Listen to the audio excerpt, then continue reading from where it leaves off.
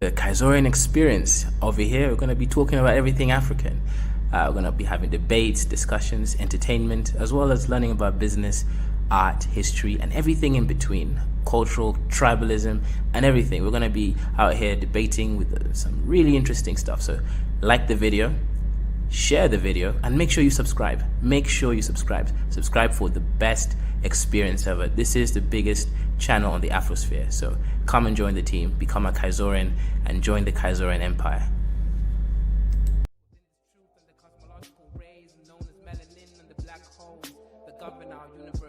Universally exist within myself, within this premise, and exist within this bluebird in the sky. I'ma fly like a bird in the sky. I'ma fly like bird in the sky. I'ma fly like bluebird in the sky. I'ma fly like bluebird in the sky. I'ma fly like bluebird in the sky. I'ma throw my bluebird in the sky. I'ma soar like bluebird in the sky. I'ma soar like bluebird in the sky. I'ma fly like bluebird in the sky. I'ma fight like bluebird in the sky. I'ma eat like bluebird in the sky. I'ma be like bluebird in the sky. I'ma be bluebird in the sky. I'ma be free, bluebird in the sky. I'ma be free like bluebird in the sky. I'ma be like bluebird in the sky. Back again like the second coming. Strumming my vocal cords. The second coming. Rah. Hummingbird in the sky. You can't deny this. Shade of color. Ringtone on your phone. Ringtone on your phone. Expression. Is it serious? Is it really wrong to be diverse? Am I divergent and immerse myself like the ocean beneath this waves? Be a divergent, born to be different. What's good, Dusties and gentle Dusties, man? We're gonna look into the Houthis. Who are the Houthis, right? Shout out to them, right? They are a group from Yemen who are actually controlling much of Yemen. Yemen is a war-torn country with several militias taking control. So the Houthis, or the Houthis, whatever you want to call them, have recently been attacking Israeli ships that are going through the Straits of the Strait. So we're going to look into it a little bit. We're going to discuss what's going on with this area. Is America going to make its move? Will America strengthen its hold on this area?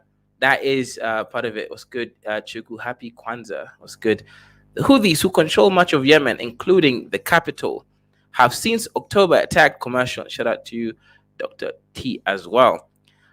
Since October, attacked commercial vessels in the Red Sea that they have Israeli links or are sailing to Israel in solidarity with Palestinians in Gaza. All right. So this attack, now, of course, there's always a political reason for some of these attacks. However, these people, obviously, the actual rebels, the groups, the young men who are doing these attacks, they're paid in, obviously, in piracy.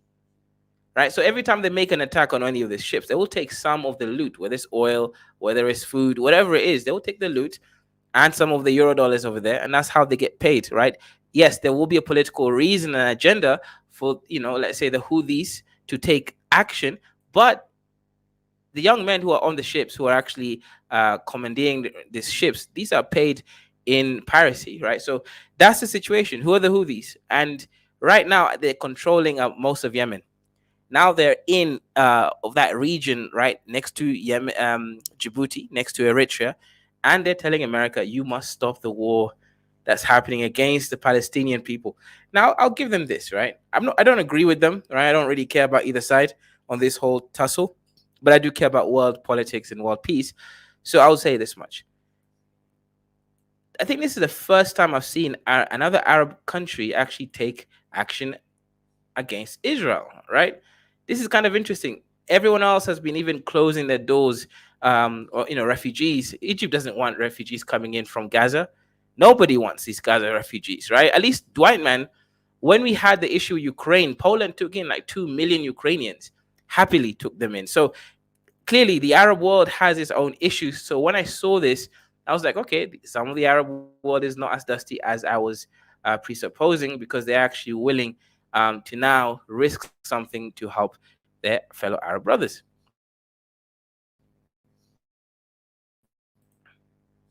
Operation Prosperity Guardian That is the curious name given to a new multinational security partnership established Tuesday. At least 10 countries have teamed up to protect international vessels in the Red Sea. What did I say? The world is already scared again, right? Because as you mentioned before, right? And I'll show a map. Let me just show you the map of the area where these Houthis are have taken control. All right, so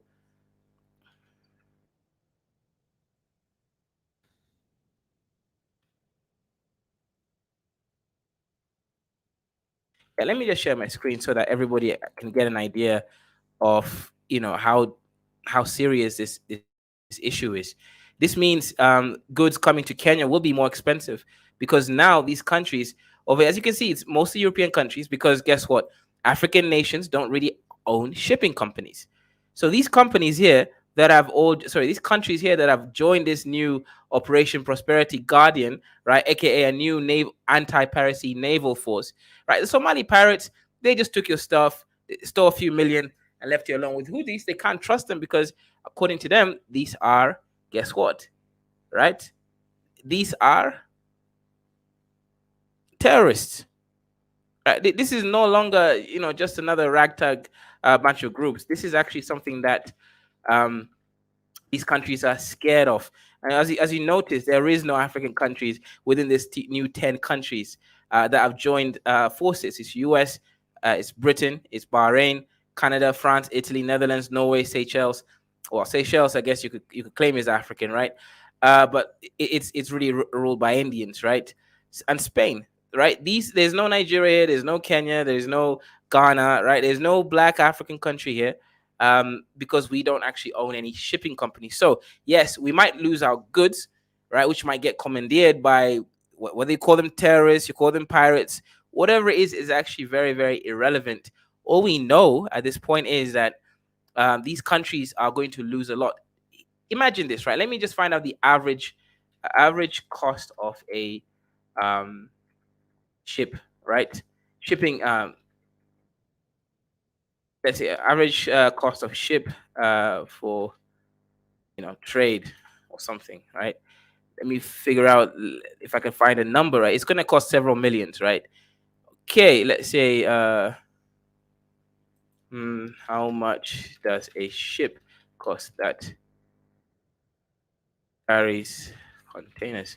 Yes, it's difficult. Okay, so around here, right? So there are a lot of various variables, but assume we are buying a container ship capable of carrying 15 to 20 TEUs, right? $150 million, right? That's how much these ships cost.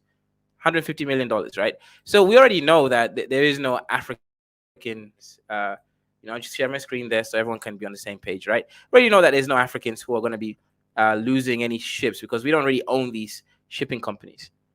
If the Black Star, whatever it was, still existed, perhaps, we would actually have something to lose. But this is mostly an European problem. They're dealing with the Arabs because we don't actually hold stake in the values of these ships, right? So give that, call that good or bad, but that's just a reality. Chuku says, aren't the Houthis just another Iranian proxy? When is Iran going to be dealt with once and for all? Yeah, they are an Iranian proxy, but they're also leaders, illegitimate leaders of Yemen, because Yemen is war torn, and Houthis are heavily sponsored by Iran. They get weapons from Iran, they get money from Iran, and of course, them being an Iranian proxy, they can act in Iran's case. And like I mentioned, this is what really happens. Iran has issues with Israel, its own issues, nothing to do with Gaza.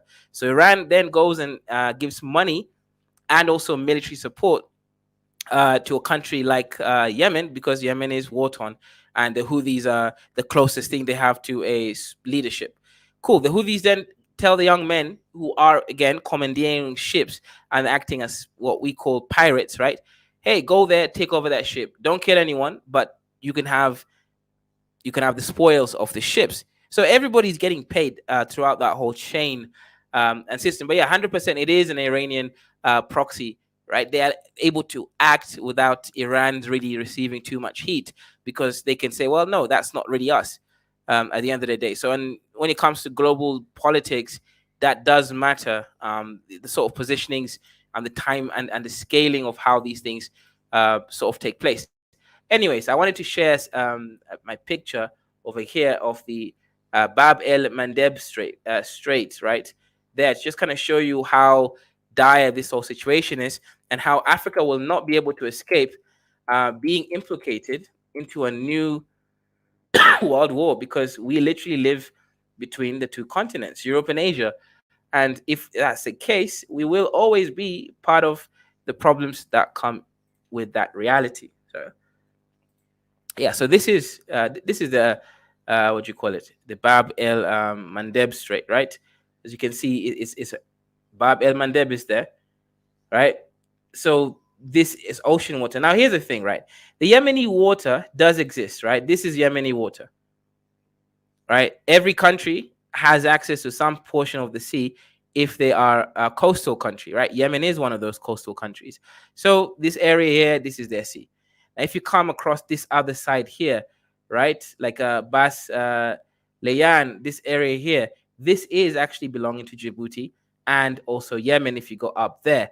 So not Yemen, sorry, Eritrea if you go up there. So anything passing through here and anything passing through here, that is Yemeni's space. And that's why the pirates are acting easily, because it is their ocean. Meaning, really, realistically meaning, let's talk about this from legalistic terms. Yemen can actually say, we do not want anyone traveling across our ocean space. And if you are caught by pirates, it's none of our problems, because you should not be traveling in our airspace, water space, without any of us actually agreeing with it. That is their water space, right? Let me just make this really clear, right? Let's not try to be all weird about this. That is Yemeni water space. The same way, if something flies over American airspace, they will shoot it down, right? Yemen actually has the right, according to international law, to police their own waters. Now, what they can do, right, guys, is they can go. America can now start, moving their ships across this very small area over here, which is the Djibouti and also Eritrea side, which means America should not be making enemies with too many countries like Eritrea, right? Eritrea can choose to also block its part of the sea axis, right? Because, like, as I mentioned, like, Djibouti's here, Eritrea is here, and Yemen is there, right? So if America and all these Western countries keep putting sanctions on countries like Eritrea, is going to make doing business very difficult. So what I say is this, right? Any African country like Eritrea, Djibouti is already in bed, right? That's why I call it the booty of Africa. It already has all these deals, right? It's Chinese, military base, American, French. There's all sorts of different countries, military bases within Djibouti. Eritrea, on the other hand, doesn't have any foreign military bases. So if Eritrea is smart, and also America being smart, and realize you cannot be fighting too many wars on different fronts. Right now, Yemen has, again, a pro-Iran proxy.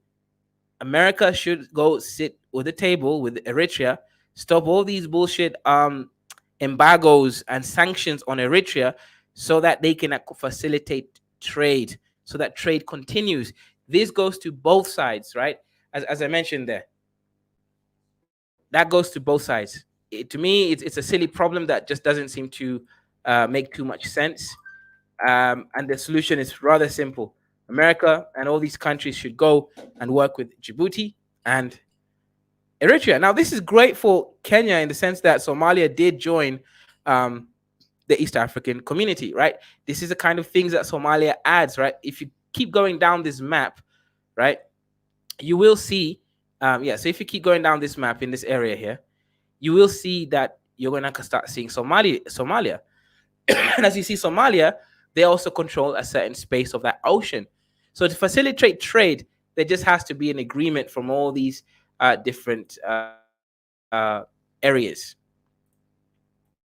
Sea from ballistic missile attacks launched by the Houthis in Yemen.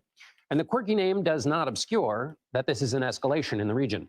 The Houthi attacks threaten more than 10% of global trade, pushing U.S. warships to answer distress calls from targeted vessels. See, as you guys have just heard that, right? Over 10% of global trade is affecting, and not just global trade, key sectors in global trade. We're talking about trade of oils, gases, and other sort of stuff.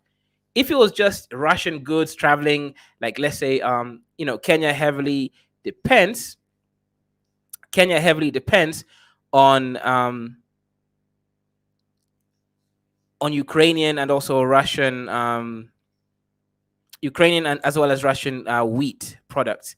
So if that's the case, right? If Kenya relies heavily on those products, America and all these Western countries that signed this new, let's say mission. I forgot what exactly they called it. Let me take it back and see what they dubbed this new. It's called Operation Prosperity Guardian, right? If it was just Russian products or Chinese products going in through this being attacked, America wouldn't care. But it's because it is European products, right? It is NATO products that are being affected as well. It's not just grain for the Africans that's being affected. It's oil and gas being transacted throughout the Oceania, right? Because remember, guys, right? This strait here connects the whole world. We're talking about the Western world, Europe and America, with, of course, the other parts of the world. We talk about Oceania, right? The rest of the Middle East, Africa. So that whole strait there being attacked by these Yemeni is causing issues. Already 10% of global trade goes through there. Specifically, a percentage which is actually higher when you look at what they actually value in this case, which is oils and gases, is already affecting it. ECOFO says Saudi Arabia gets money to protect American and Europe goods to also destabilize Somalia and Yemen. Well, this is true. But I'm not sure why you bring up Saudi. But yeah, Saudi is part of all of that. Saudi and UAE are American allies, right? So they will be considered the betrayers in the Arab situation, right? Saudis, UAE, these countries that are part of these systems are American allies. Yes, you're 100% correct. Attacks launched by the Houthis in Yemen. And the quirky name does not obscure that this is an escalation in the region. The Houthi attacks threaten more than 10% of global trade, pushing U.S. warships to answer distress calls from targeted vessels and pushing commercial giants to pause or reroute their shipments. Remy Inocencio has the latest from Tel Aviv. Some of the world's biggest shipping and oil companies are now rerouting their vessels away from the Red Sea after brazen attacks like this one by Iranian-backed Houthi rebels. A dozen ships attacked in just the past month. The Navy destroyer USS Carney has been shooting down drones and missiles launched from Houthi-controlled territory in Yemen in support of Palestinians in the Gaza war. If one of these drones or missiles actually hits, we could not only see a disruption to shipping, but a complete closure of the Red Sea. 10 to 15% of global trade normally passes. Yep.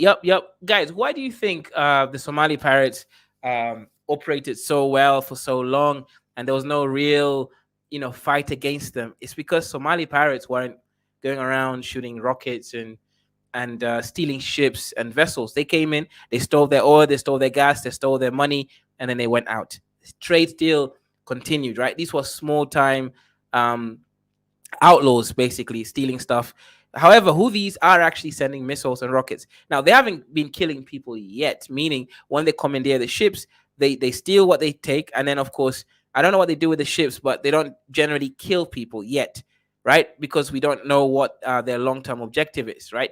But the reality is that this is serious. This is serious, right? All these companies that I mentioned there, all those countries, United Kingdom, America, right? All the countries that have some kind of shipping companies, right? As we said already, an average shipping ship costs around $150 million.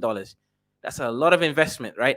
To lose if someone steals your ship and perhaps destroys it or doesn't give it back, all in the eyes of, apparently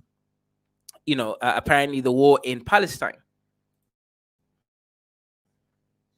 Now, here's the thing, right? Because the ship can go through other routes, right? This is not the only routes. Let's say you are trying to get goods from America, or from Europe into or out of Australasia, right? We talk about Australia, New Zealand, and those kind of countries like India. You can go around, right? It's not impossible. I think I'll have to show you the map around there. Let's say map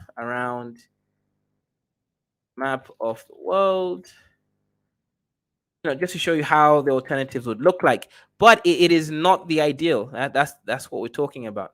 You want to find the easiest path to something, not going around just finding the most difficult path that is going on around there. So yeah, let me just save this map, and then I'll share it in a second.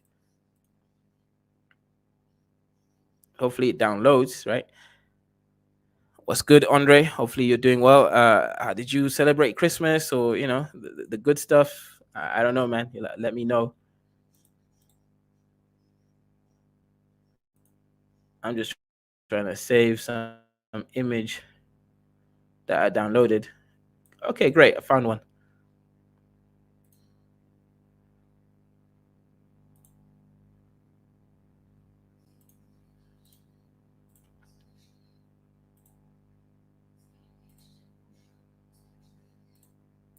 Okay, so I've just shared my screen, right? So this is a world map, right? It is a world map. It's on a flat surface. But let's say you are you're United States, right? You're manufacturing stuff. You're Canada. Okay, so you can clearly see that if you take your ships across here, um, okay, no, let's say Europe, right? Since this is a European thing. Okay, cool. So you see that you are Europe, all of Europe, right? Manufacturing stuff in the UK, in Germany, in France. You just go through here, right? You pass your ships through here. You come here, right? You pass through here, right? That's in Egypt area. You pass through there, then you go down, you get through Eritrea, and this is where they have issues, right? It's between this area here, where there's Eritrea and Djibouti, and then Yemen there, right? That's where the straits are, and that's where the Yemeni are actually functioning. So you get through there, you go into Africa, all around Africa, all the way South Africa. You go around into India, right? See, again, that's the water space that connects you to things like India. India is not that far on the map, right? But yeah, you just cross, you go to India, you go to Sri Lanka, you go to Asia, basically. You have access to China. This is how global trade operates. So when you cut off that area like that it really affects everything and makes everything expensive, because that just cuts the route. You go there, you reach Australia, right? All these countries. But if you have to go all the way around through this area here, that's going to be far more expensive. So this is just a simple cost benefit analysis of the situation. That's the main reason why this is an issue to these people that are obviously trying to fix this problem with the Houthis, these so-called terrorist groups.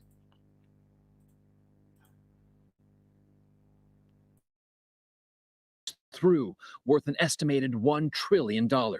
Fearing Houthi attacks, ships are turning off transponders, hiring armed guards, and several companies are sailing around Africa. Not only is it going to be several weeks of delay, but She already said it, right? They already started to go around Africa rather than go through it, through that straits, that the straits I just mentioned there, next to Djibouti and Eritrea and Yemen.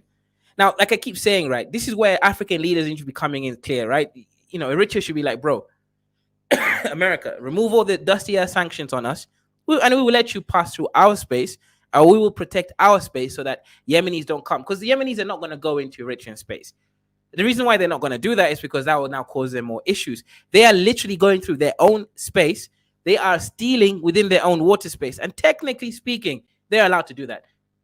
But yeah, what's good, Adjuran, man? What's good, man? Great topic. Yeah, man. What's your thoughts so far, man? Because I'm just saying, Djibouti, Eritrea, and obviously not Somalia. These places are perfect. That's how now they can leverage their position to actually ask for more around the world. Yeah, I mean, yeah, Djibouti's been the only one that's getting a lot of money out of this, I would say. Eritrea, they've been, struggling for years. They haven't really used it. There's not much going on. They don't really trade that much.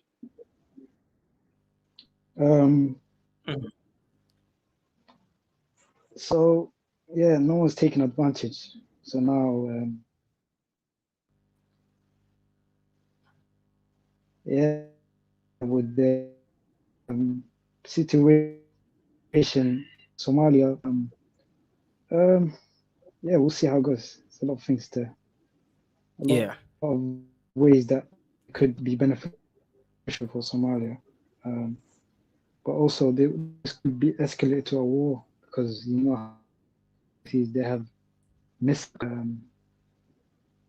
capability in terms of their missiles and whatnot. So if it goes to war, it could also escalate because Djibouti will be attacked because they have that's where the bases are. So a lot of things to think about, man.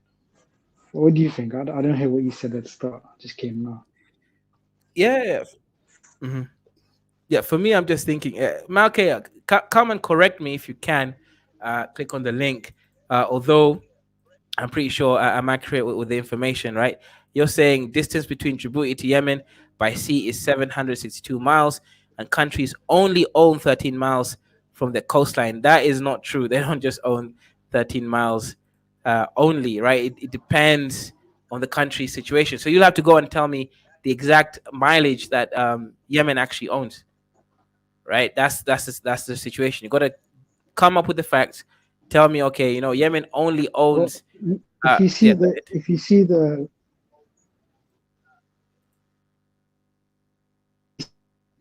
see you can see the bit where they pass through, they have to pass through Yemen and Djibouti side is very narrow. So um, you, there yeah, because I you think, yeah. they should be more profited from. Yeah, just like See, the Suez problem with, Canal, Suez canal is very tight, yeah, but it's not as tight as obviously the bit where you have to go through. It's very tight. It's not. Look at the map. You can see the map. yeah, That area is yep, in between Djibouti and Yemen. yep, yeah. So, Mal, can you please tell me They have a what you? leverage. Oh, yeah. Yep, exactly. What were you trying to say to us? Hey, Kaiso, how's it, man? I'm just He's waking doing up. again. Okay, Yeah, been good, man. This is interesting development. How come the African channels are not covering this? yeah, All the yeah. talk about things. They should be covering it. You know what I'm talking about is like, according to the UN resolution Mm-hmm. miles from their coastline. So obviously, if this coastline between Djibouti and Yemen is like 700 and something miles, out of 700 and something miles, these people only own like 13 miles. So the rest of the waters between the territories of Yemen claim like territories. The in between is international waters. This is where the United States and everybody put their warships at. You understand? Not in the territory of Djibouti or Yemen, but international waters. So I guess you guys understand that, right? So obviously, I think the beneficiary of this thing should be Djibouti. Djibouti can, allow ships to move through their territory, like the 13 nautical miles. But the problem is, it will be very much small space to accommodate all the ships to pass through because 13 miles is not that much. They have to use international waters. So anybody can claim international waters. That is the question right now. So this is why the Houthis can, block the international waters because they also have right to be there because everybody has the right to be in the international waters. It doesn't belong to nobody. You understand? So that's why the Houthis managed to block that road and seize ships. That's what I understand about the UN resolution regarding the issue. Yeah. Okay. That's the UN resolution, but here's the issue. Um, oh yeah, I think something's wrong with your microphone system, Duran. The issue for me is this, right? You are right, but look at this island here, Perim Island, right? That island is actually owned by Yemen, meaning even they will have more. Or again, they will actually own a huge amount. Yeah, you're right. Some of it is actually Djibouti and Eritrea going up there, but America actually has to now start doing trade deals with these other countries to actually at least protect their own land. Because if Djibouti and Eritrea are over there, they're going to be like, well, no, we don't want. Well, Djibouti's already accepted American military presence, right? They should ask for more money, because right now this is what you'll start seeing soon. Because America's ships, Norwegian ships, French ships, United Kingdom ships, they're losing loads of money because a lot of them have started to go around Africa instead of going through this strait. And the funny thing is, we're talking about this on this channel before. Oh yeah, coastline, this area in the straits and next to Suez Canal. It's happening right now. It is actually literally happening right. Kifaru, basically, there's a group of Yemeni terrorists who are going around, attacking American vessels, Israeli vessels, and other ships in the name of supporting Palestine. So what's that meant, obviously, is that any ship going through that strait there, right? Any ships. Yeah, go ahead. You need to correct yourself. They're not a terrorist. They are a legitimate government. Oh, right. They just have a lot of weaponry, advanced weaponry, so they can even attack Israel from Yemen, which is insane. I didn't know they could do that. But recently they've tried to stop a lot of Israeli ships that have gone through there. They've done their own blockade, just like how America sometimes they just do their own stuff. They blockade other countries. You don't even know about how many countries they've blockaded and how many sanctions they've done. But I'm not an advocate for them. I'm just saying they are legitimate government. So Kaizo. So me, I realized, this trade is gonna affect only Europe that much, not America, because they can use actually that route where, like the other route, the red one, where I forgot the name of the river, the sea, what is its name again? The sea crossing to Turkey, that area to Israel, they can use that route. But the problem, that is closer to Europe. But the only problem Europe will have is getting goods from India. They will have to take a longer route instead of taking the Suez Canal of Egypt. Exactly. You see, not just India and China. Yeah, India and China. Everything but remember, China already have a rail route that connects to Europe. You understand? But it's not the same. Yeah, rail is expensive. The railroad that they're doing is not. It's a sea road. It's mainly a sea road, not a railroad. So the railroad is gonna go through Iran and Iraq and all that. That's not feasible. It's not working. But the sea road that is already there, which is through Suez Canal and up to Europe, that's the only way they can get their stuff from India, China, and everywhere else. But right now, since the Houthis started attacking the ships, the Americans are worried about stuff going to Europe, and basically everything comes through that side. If they want to go around, basically a very long route. They have to go through West Africa and come back up. She's looking at that. Yeah, so let me show the map, right? Insane. So yeah, so this is the map, right? And it is affecting all the countries, right? Because even for America has, again, deals with China and deals with trade with India. So America, is still, every country will be affected. Like, look at this, right? So let's say you are UK, you're Europe, right? UK or France. You're getting goods here, right? You can see that, right? That's where the UK is, that area. Cool. UK will now have to do this, right? UK ships will have to do this. Go all the way around here, around West Africa, around the Cape, South African Cape over there, right? Then go all the way around to reach Australia, to reach China, to reach India. Instead of just going, it's literally going to cost so much more money on fuel cost, time lag, basically, as well, because if you're having to send something so far away, time factor is going to be really significant as well. So realistically speaking, this is a really, really big issue, and it's just by a bunch of Yemeni. And Ajuran says they're not terrorist group. Okay, shout out to you. The Muslims will defend Muslims. What about you, Mal? Are they a terrorist group or something else? They are criminals, man. They are criminals. You know, you cannot be, especially the Somali pirates. Those ones are criminals. They have no objective. You know, at least the Houthis, we understand they have objective. They seize big ships. But the Somali Somali pirates don't exist.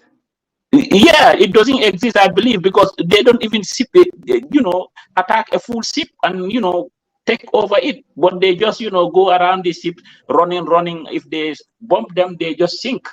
So those ones are, I'm not talking about them because I don't think they are really have an objective against it. They just go to steal stuff. So if you become a petty thief, then you are a criminal. At least do something that is significant, you know, like the Houthis are doing. But actually, the problem with the Somali coastline is that it's not that much attached to the coast of Yemen. You understand? You know, it will not affect the trade route. So even they cannot claim that much territory, because, you know, the reason why I think Yemen is able to claim territory is that island you just talk about. At least from that island also, they have another 12 miles, you know, into the Red Sea. So that will give them a big claim. Yeah, you are right, Kaizo, about that. Yeah, I mean, there has to be a way towards this. And of course, as I mentioned, those European countries have already created this new alliance, the Guardians of Operation Alliance. They already failed. That alliance already failed because France pulled out, and I think a few other countries pulled out. No, the problem is only United States is enough for that plan, because obviously the people there don't have power. Djibouti don't have no power to control no sea. You know, Eritrea, the same thing. It's only the Houthis who have good rockets to target ships. So once they control the coastline from the Houthis, then that is the end of the business. You know, that's what I'm thinking. I don't know. But it's going to be very hard because they have anti-missile and anti-guided stuff. They have very good weaponry from Iran. So yep, and Iran and China. You see how hard it is to fight Hamas, which has like literally just makeshift weaponry, and the difference between the Houthis and like is next level because they have anti-missile and actual fire rate, which legitimately could like go against the US. So there's a big difference between the two. It's a Kenyan takeover. Man. Yeah, look at this company. It's already suspend Maersk. It's already suspended it. It's just like, nope, we're not going to be using the Bab al Mandab anymore. It's too dangerous for them. Kaizo, you know, on the topic of the Red Sea today, yeah, and all of these NATO countries, you're not talking about the current and that Yemen attack that's gonna happen, so-called World War III. Because if you're talking about, you know, that situation, I wanted to add two points on that. You know, I have heard that bomb that's been dropped in Somalia already from one of these US warships. Do you know that? Does anybody know that, bro? That they have literally yesterday there was a village that got bombed. You know, the shell that, bro. So it's not about Yemen. You know, this is just about village in Somalia tactics. Yeah, they're gonna shoot you guys as well, man. Which village? Well, I don't know, brother. Somewhere, you know, Las Anot. You know them, you know, near Puntland, in between Puntland and Somalia. You know, just before Somaliland. You know the horn where it turns before it hits the Somaliland. Melahas, brother. I see it somewhere. But this is and another place got shot down. You know, and Hezbollah area. What's it called? Lebanon. But my point is, bro, yeah, these so-called American with that, they call themselves superpower. How come they need 10 countries to fight against some RPG rocket throwing people, you know, that came from the sun? You know what I'm saying?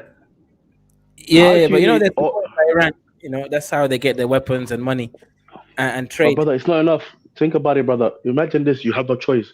Either you eat food or you're gonna produce a weapon. So you remember this already Yemen, but I don't think, bro, the world wants us to believe Yemen is poor. You know, I even believe right now Yemen is getting funded by Saudi Arabia. You just watch.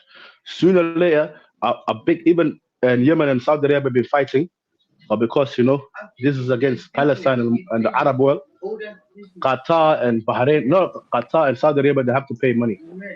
They're funding it as well, My question actually, who's funding all this killings in Nigeria? Someone is funding them in the north. Who's doing that? America, brother. Why don't you think it's the Mazungu? What's it called? The white man, he's funding this. Remember this? The white man capitalized on our chaos, chaos, right? As long as you bring chaos, the white man will capitalize on that.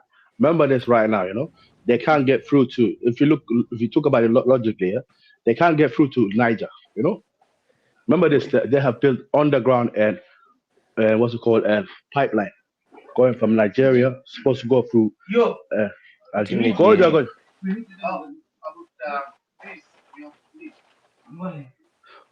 Yeah.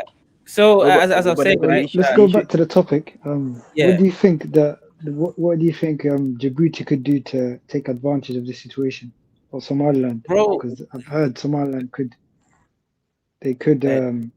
get more military bases there as well. So, look, if Somaliland is smart, right? Somaliland would ask to be for America to support it. Look, there's different countries here that have leverage potential, right? Somalia is one of the. Somaliland is one of them. Djibouti and Eritrea. All these countries have the potential to leverage America for different things. Eritrea, if he's a smart guy and he's not an idiot, he'll go reach out to them. All these companies, the 10 companies that have signed this new guiding of operation, like in Norwegian companies. Like for example, let me just show you this one, right? Just to give some facts. This company called Mersak, right? It's a. Let me just read up a little bit of it to get everyone to some. That is Danish. Hold on. That is Danish. Hold on. I want to say something. That's a Danish, and the funny part of it, the father died. The son is the last one, But yeah, that's a Danish company still. But carry on. Yeah. So it says here, Mersak, right? It's a Danish shipping and logistics company. The shipping obviously is the literal, their own ships, and they deal with goods. The logistics obviously is everything around that. Founded, I don't care when it's founded. Mersak business activity includes shipping, port operations, supply chain management, and warehousing, right? Companies based in Copenhagen, Denmark, right? Now, you look at this here. With subsidiaries and offices across 130 countries, that's literally, that's like 60% of the countries, 62% of the countries in the world, and over 100,000 employees worldwide. So this is the second largest shippings and trade and logistics company in the world. They already said that they will not be doing any of their ships through the Straits of Al-Dab, right? Because they realized, no, these niggas are stealing our ships. Each ship is, estimated worth around $150 million. So imagine one ship being commandeered. Somali pirates just, took the ship, took some money, and then left the ship alone, and let the people go back. These guys are actually refusing to return the ship, right? They haven't killed anyone yet, but they will if nothing happens. So, and this is why, because you guys always talk about, Africans, we get bad deals. One reason is that nigga from Jamaica was right. You niggas don't own a single shipping company around the world. And you wonder why everything is so expensive when it comes into Africa, and everything is so cheap for them. It's because they actually invested in these companies. They own these companies. And that's how these things kind of survive. But yeah, we got a couple of new panelists. Let them say what their opinion is. The thing is interesting, right? Mersak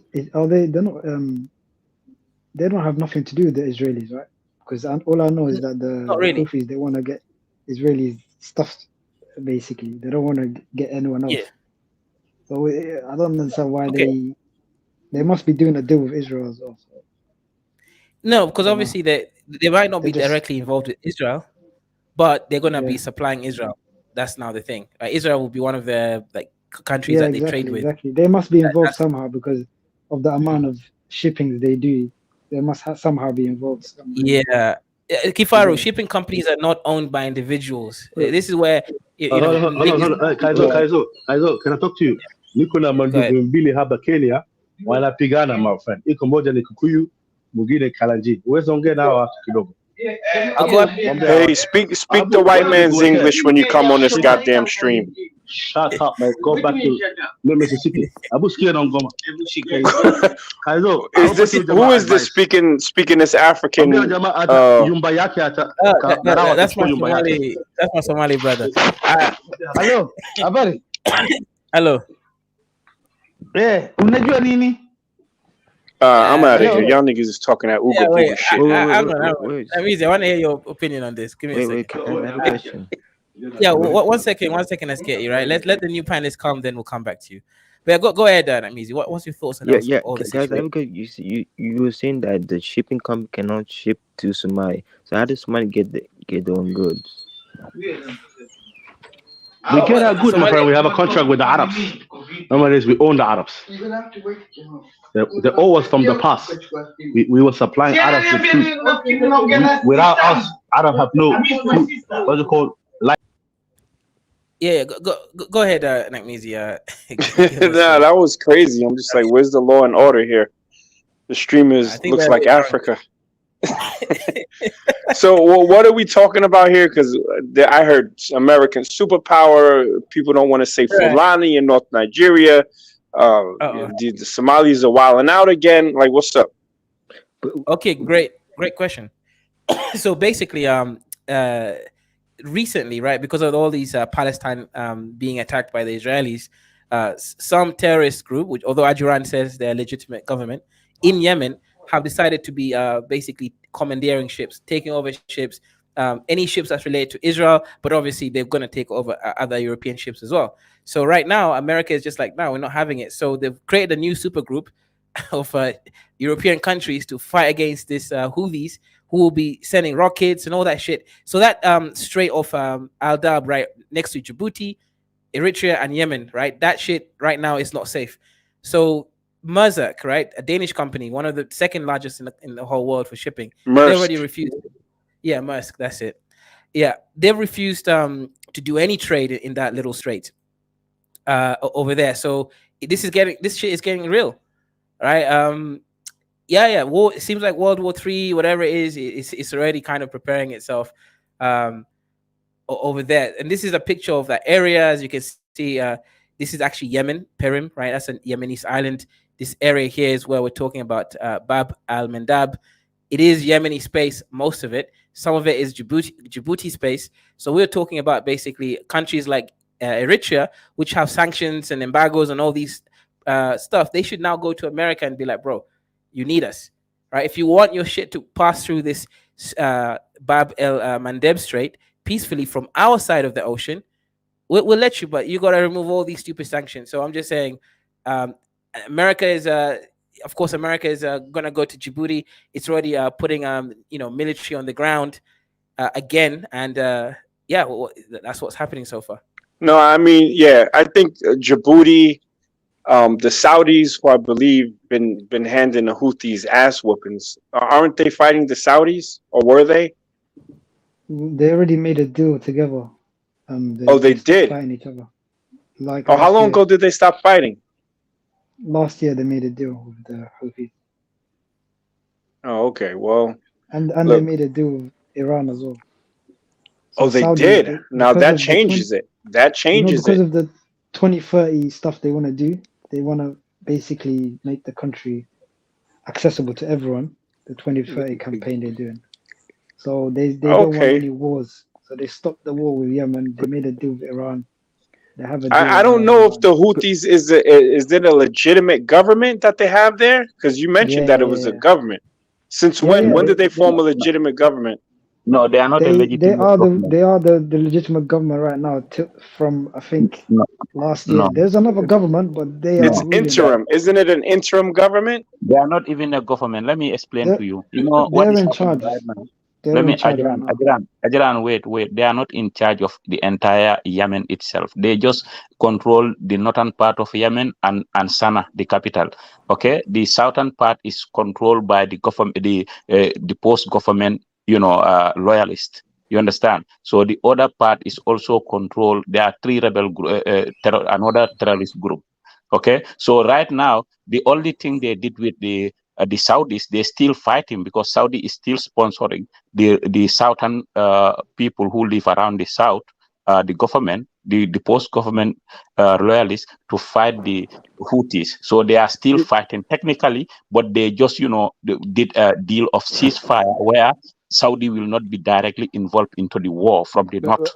That is what. Yeah, they're funding. I know they're funding Yeah, the that's all. government. But right the now, proper there is no government. government Yeah. that You you see, can say this is the like government in control of Yemen right now, internationally recognized. No.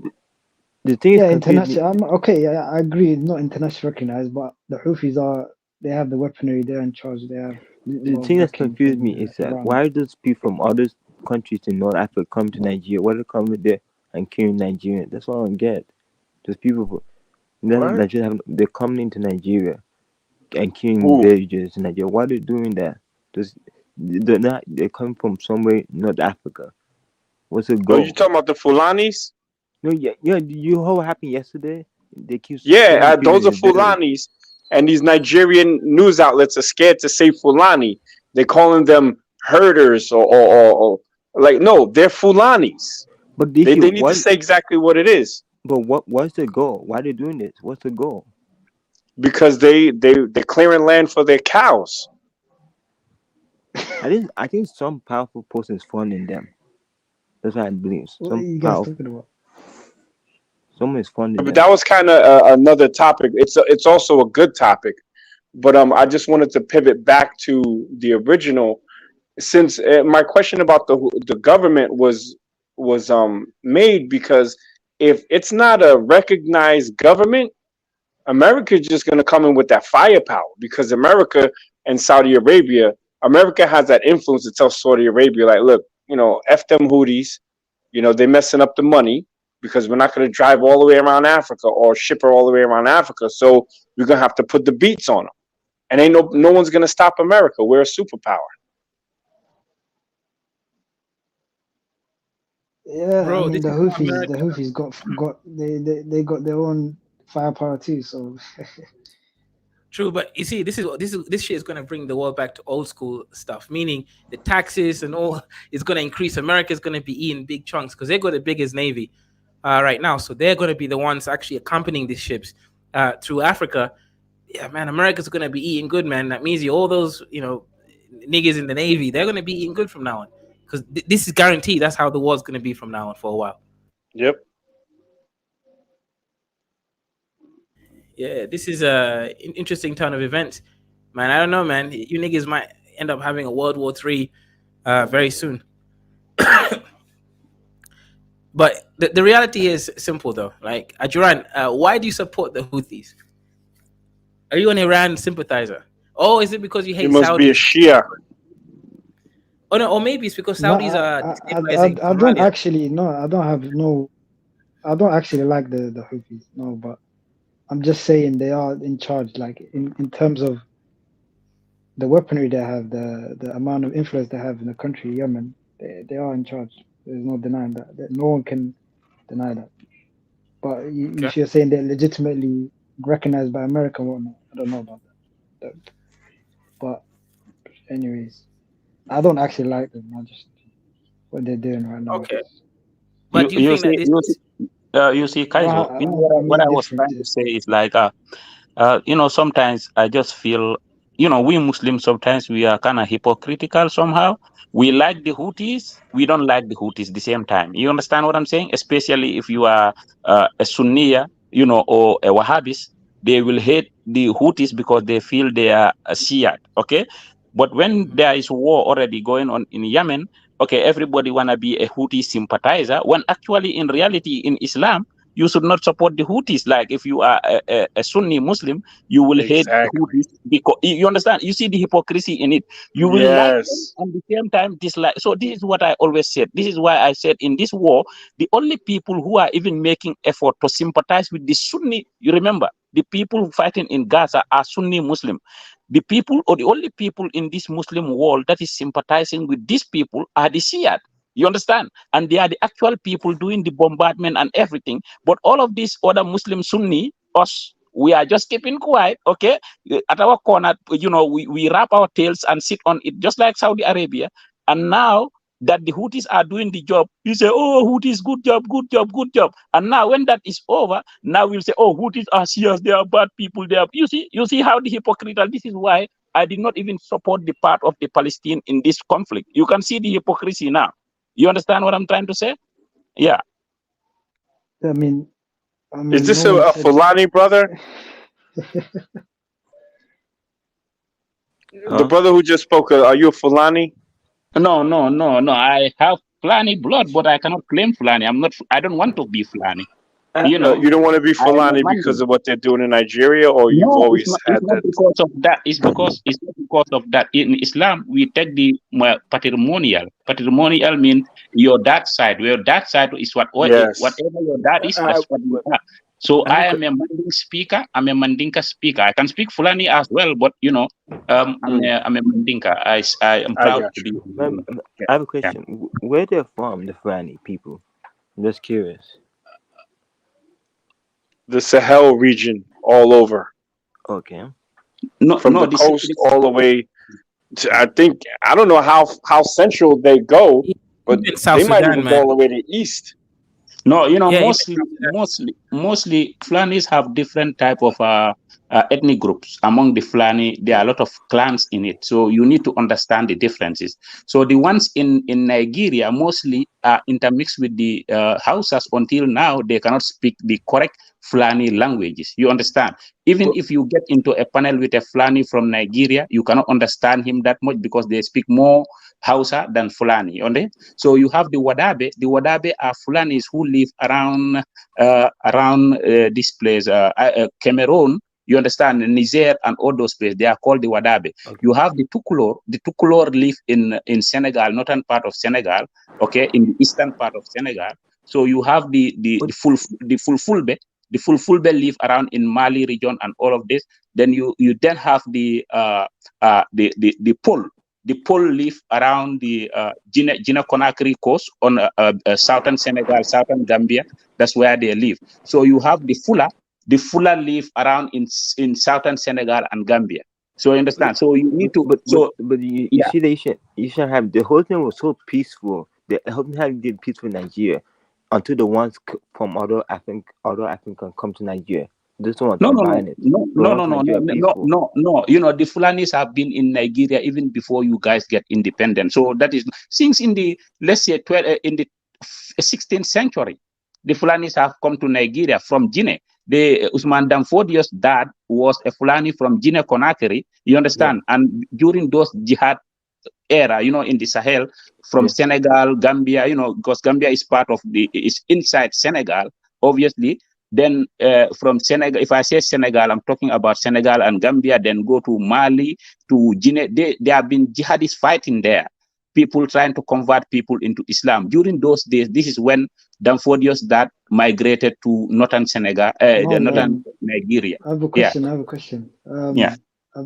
I've recently read about Fulanis in Mali and your country, Senegal. Most the Fulanis are they Sufis? Most of them in the Tukulor area are Sufis. But if you come to the Guinea area, are the Sunnis. The southern part, they are Sunnis. You understand? So the people living in Senegal are mostly Sufis. You understand? So the people, so they are kind of different sects. This is why. But you have the Wadabes are not Muslims at all. They are Fulanis, but they are not Muslims at all. That's what you need to understand. There are some Fulanis who are not Muslims at all. So they are Wadabes. You don't see them, they paint their face like ladies and, you know, snatching each other's women. Oh, yeah, I've seen those. Yeah. They are Fulanis. They are Fulanis, but they are not Muslims, you know? Yeah. But this thing happening. Why people, northern Nigeria government are so scared to do with the terrorists? I don't know what they're scared of. I think they're complicit in that. I don't think they are scared. I just what feel that. What about the ones in Nigeria? Are they Sufis as well? No, those people are Sunnis. You understand? So the people, only the Fulanis who are Sufis, mostly live in Senegal and Mali. You understand? Oh, Yeah. okay, So, okay, but okay. in Guinea, they are Sunni Muslims. So this is why they have, even their languages have some little bit difference, little bit dialect difference, just like the other groups. Like if you talk about the Manding group where I am from, we have the Bambara in us, we have the Mandinka, we have the Jula, we have the, so all of these people have little bit dialect difference. And we have called ethnic groups, but in generality, we are all Manding speakers. Like the president of Guinea Conakry is a Manding, the president of Gambia is a Manding, the president of Mali is Manding, the president of Burkina Faso is Manding, all the way to Niger. You understand? But Yeah. where are they getting the guns from? Who give them the guns? That's why I'm confused. Where are they Man, getting like the weapons? Libya is already right away, right at your border there. So there are a lot of weapons from Libya. You don't know that? Yeah. That's why Yeah. I think Nigeria should have stopped it. Nigeria is there. It's so confusing. I was so sad when the whole 150 village wiped out in Nigeria. That's sad. And Nigeria government saying that then people killing our people. It's sad. Sad when people killed in Africa. And no one talks about it. It's very sad. This killing in Africa must stop. It doesn't help nobody. I don't know what all these foreign powers do. What do they want for Africa? Why killing our people in Africa? For what? You heard that, Premium? You heard that news yesterday about the people being killed in Nigeria? Premium? Cause that's sad, bro. Are you alright? Like, what's going on in Nigeria? Keep talking about. I don't know. I'm thinking. I think they're complicit. I always wonder why what's happening in North Nigeria, killing it. I wonder why. But Nigeria can't even fix the problem. For 26 years, they can't even fix that problem. Why they scared of? They shouldn't be scared. Why they scared of just small little people? Yeah, but 114 people just deleted on Christmas Eve. I mean, that's yeah, that's kind of crazy. Here's the deal. Like we all know, or maybe y'all don't know, but there's talk that the military kind of runs interference for the Fulani up there. I'm not sure if historically the Fulani have been heavily into the military in Nigeria. Does that sound like it makes sense? yeah. So that's why people are saying, well, that's why they don't get caught, is because the military run interference for them. So they're almost like, in the words of some people, they are a military backed extremist group that is allowed to run roughshod over other ethnic groups. Yeah, and I heard that they also control the power in the military. Most of the northern people control the power in the military. So, but what's the game? You holding Nigeria's image when you do that. What's the game? Killing Islam for what? They did anything. Why are you doing that for? I wonder what's the game. I think the one Land grabbing. The land gain grabbing. is land grabbing so that they can feed their livestock. That's what this is about. It's not even about religion, because a lot of the villages that they attack are Muslims. Like there used to be this sort of I guess coexistence, if not a loose kind of like friendship or allyship between Fulani and Hausa, but that was broken like a couple of years ago. So they're just banging on them now. Yeah, the reason why I'm scared, cause if this just take over the north, they're gonna start taking over the South Nigeria. They're gonna plan that. That's why I'm scared. I'm really scared. Just take over North Nigeria, plan to take over South Nigeria. That's the plan. I'm very scared. Nigeria government is staying there, don't do nothing about it until it's Well, too they late. have Shege Kefasa in northern Nigeria to kind of, it's a militia group, but they're not big enough to really deal with the Fulani threat in Nigeria. I want to welcome One Man to Mo, and I want to say happy Kwanzaa, One Man to Mo, and thank you for supporting the stream with that Queen's money. Not very oyo of you, but thanks anyway. But do you agree that eventually they will take over South Nigeria? Eventually they will do that if they eventually conquer the whole north. I don't think that they can organize like that, but it's something that looks very tantalizing because that's where all the resources are in the South. Yeah, but Okay, can we it's all not hard agree to on do this, the people. same It's not hard. Igbo, can we all agree on the same thing? Islam is a problem in Africa. Can we all at least agree on that point? It sounds like you are being influenced by Pansat. Is this a consequence of Pansat coming on your streams, Kaizo? You have to look. You have to look at the numbers. One man. So good day to you, by the way, everyone. Nakmizi and the rest. Yeah. Yeah. Thank you, brother. Thank you. Look, wherever. Here's the thing. Every Muslim is not a terrorist and is not an extremist. There's plenty of good, wholesome Muslims. But when it comes to Africa, a lot of times, and it's not all the time, it's a lot of times, the actors tend to be Muslim. Right? These Fulani gunmen are running around. So is it about religion or is it about land grabbing? That's what we have to decide. Nakmizi, I only really came in off the back of what you were saying to Charles just then about the Fulanis in the military running interference for the insurgency. That is perfectly that's perfectly true. That's widely known also, by the way. And you also said it was about land grabbing, and that is also true. But what some people suspect, especially myself, is that there are certain mineral resources. It's not just for grazing land. I think there might well be certain mineral resources in all these pockets of areas that you're seeing all these bandit activities to chase people off that land, so that they take ownership of it and then take whatever resources are there. So that's that. And then to Kaizo's thing that is Islam a problem?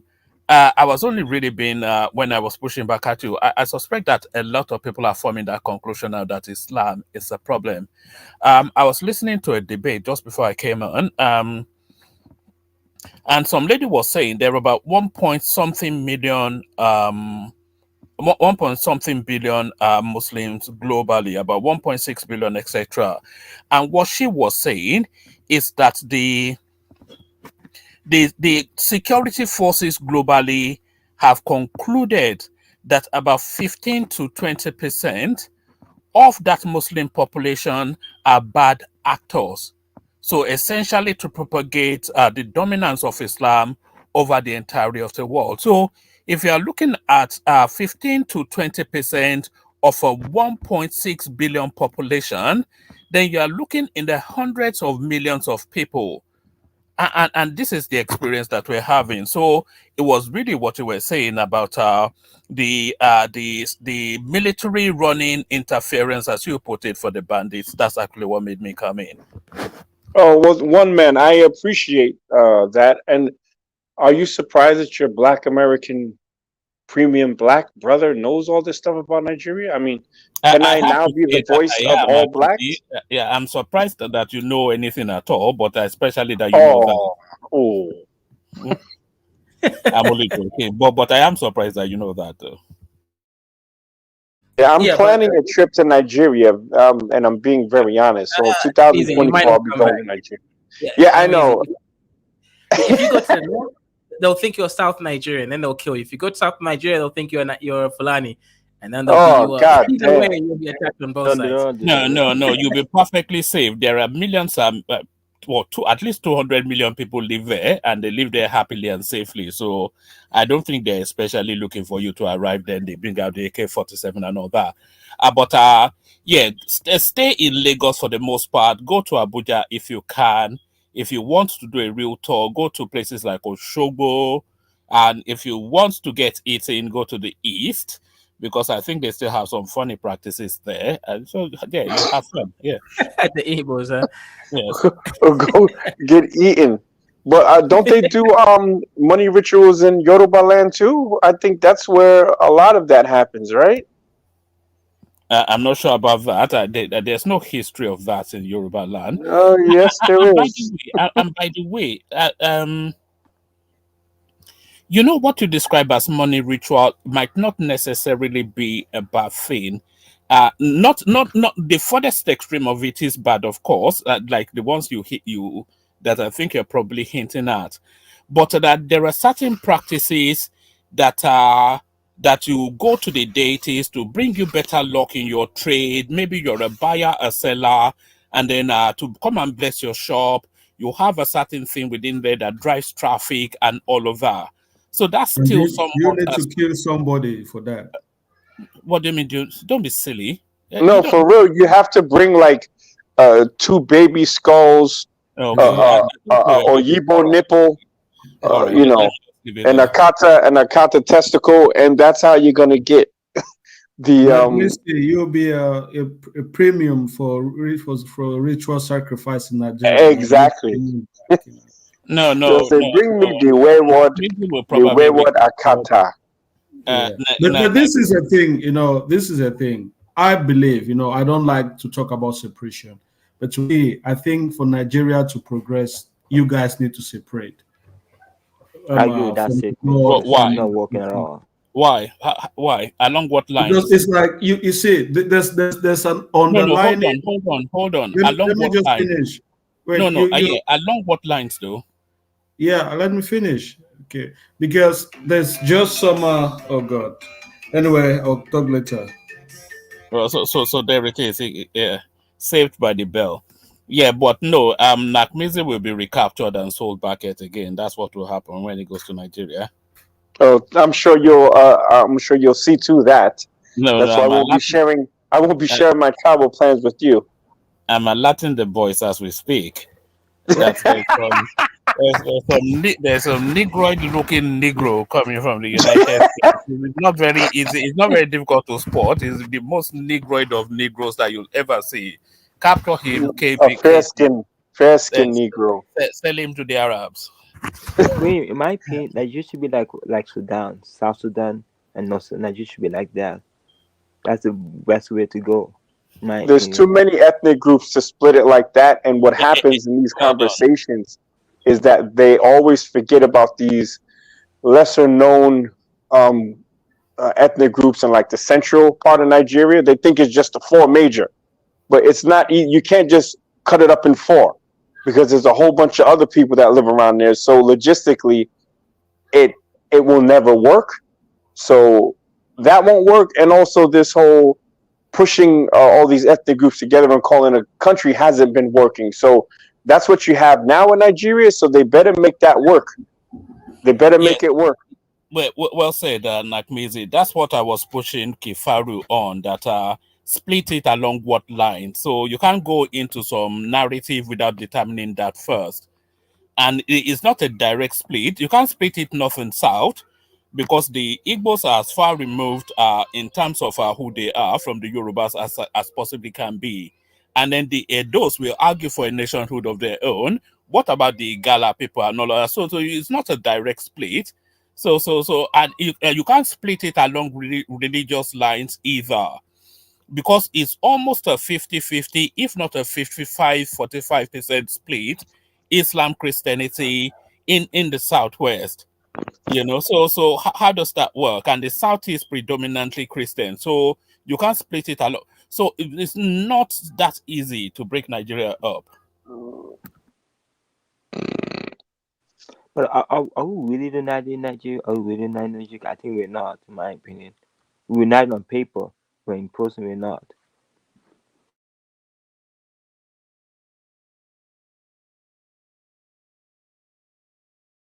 I mean, I'm going to make an exploratory visit to really analyze what the problems are in Nigeria.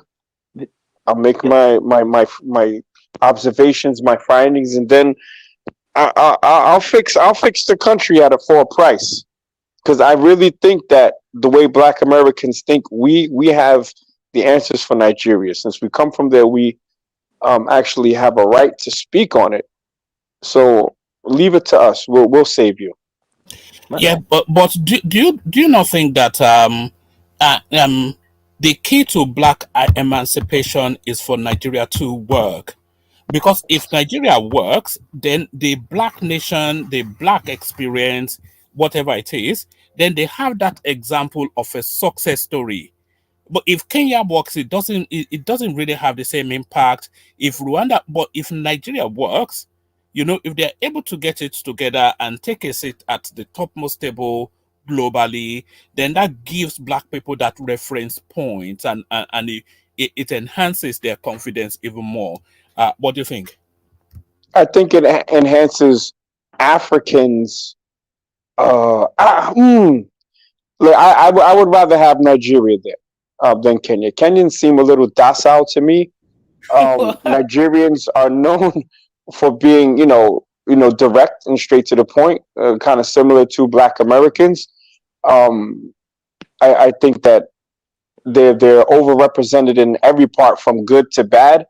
So I do agree with you somewhat on that, but I do think you'll get a lot of pushback from other jealous African nations that don't want Nigeria to be the face of Black Africa, just like you didn't want Black Americans to be the face of Black people. But Nigeria is already the face of Black Africa, though, isn't it? Really? Is it? Well, of course it is. And Black African scamming, it is. And well, don't forget all that. Nigeria is the face of Black Africans. And by the way, did you know that at 1.6 out of every 10 person, I don't know what the percentages are, but there are more Nigerians than there are anybody else. So every other Black person is a Nigerian. I suspect you might well be Nigerian too of some sort. Hopefully not. But So forget Nigeria is already the face of Black Africa, and really now almost certainly the face of Black people now. So well, one man, I am a proud Black American, but both of my DNA tests, and they don't use DNA tests in Africa to see anything. But most of my ancestry does go to Nigeria. Okay, let's just keep that. Which part of Nigeria? It doesn't. It says not detected when it comes to ethnic groups. I think my Native American is throwing that off. You sound like an Edo man anyway, so I suspect that might well be. Well, I'm going to Edo. To Benin. Yeah, one of Ike's people. Ike is from Benin? Yeah, he's Benin. Those are smart people. He's a real Nigerian prince. I know. He probably sold me. I should go get some reparations directly from his family. Yes, he's an actual real prince from a senior throne. So he's not even like a pretend prince. He's an actual real prince. Oh, he's not like Dynasty Mir? No. That one is no. That guy should be arrested. To other regions, you mean Dusty Amir? Come to other regions. West Africa is the poorest. We have said that West African leaders, they don't have to think for the future. When it comes to the region. Yeah, but Ibo, let me ask you a question, right? You guys, you niggas never like answering questions, right? Why doesn't Africa have a single shipping company? I don't know, because our leaders are dumb. They basically don't want to. They're basically lazy. They don't want to invent stuff. Like inventing electricity is not that hard. Where they invented all this stuff, where they invented. But in Africa, they can use electricity. Simple stuff that's so simple to do. They can be the simple word. All this stuff are where they invented. So it's not hard to build electricity or word. Not hard. And all these leaders go abroad. They go to all this French. They go abroad, see all this infrastructure. Why can't implement the stuff they see from abroad into their own countries? That's a good point. Kifaru, welcome to the show. What's your thoughts on the conversation so far? Why is Africa backwards? Why don't we have shipping companies? And why are we always begging and never showing power? At least Black Americans tried it with that Jamaican, the Black Star. What was it called? Black Star something. No. That's the Marcus Garvey. That's some goofy shit. He never even been to. I've done more in Africa than Marcus Garvey, for real. That's true. Yeah. So Kifaru, what's going on? How come you guys don't have a single shipping line company? They're all European, Chinese, or American, or something in between. I guess his internet company is not working. But Dwale, what's good, brother? I don't know if you know about the Houthis. Hey, salam alaikum. Khabari gani, my friend. Walaikum salam. How are you, Assalamu alaikum. How are you? How are you, my brother Nakmisi and Kifaru and the panel here? We are talking about the Somalis and the Houthis. Huh? Yes. Houthis have attacked ships. You know, I know why Houthis attack the American ships or the international ships over there because, you know, they are supported by Iran and it's the conflict of the Israeli-Gaza problem. Yeah, it has nothing to do with Africa. But I am very, very disappointed in my own government, the Somali government, which is divided between the president and the prime minister. The problem is our president is pro-American and West, and our prime minister is pro Middle East. So this is the African problem. We've been always divided in between that and that. And as a Somali man who is not any kind of organization of anything, I wish both of them will just care about the Somalis. Why do they care about the Western maritime or the international sea or whatever? Or there's the president who is an American citizen actually. So let me add. Somalia has been allowed to join the African community. Do you think that was just because the EAC wanted Somalia? No, it's because America wanted them. Right? EAC is still an American puppet. Of course. Right. We know everything in this world is still done by the Americans. It's a big imperial country, and they control everything. Even it's a president of Somalia, yes, but do the Somalis appointed him or voted for him? No, nothing. It's been appointed by the West. It's been appointed by the United States, and he's doing their bid. That is one thing. When it comes to the African solutions on or the cruise, what I call the basics of the Africa, we know that these puppets are not working for the interests of an African men or women every day. They are working for other interests. So I don't care what the Houthis do, but I will definitely care. And I know many Somalis, I would say 99.99% will not support that our country or our border or our land or our sea is not will not be used to attack Yemen, to attack Saudi Arabia, to attack Kenya, to attack Ethiopia. No, this is not our own interest. This is the African problem. We are all working for other people's interests. We are not, Kaiser, please. You're Kenyan. You are working for the Great Britain interest. You are not working for the African interest. Nakmidi is here. He's the only African man that I respect. Because deep down, this man is working for the American government. He's actually the biggest enemy we have on this stream. No. He's an American, and he knows where the shots are.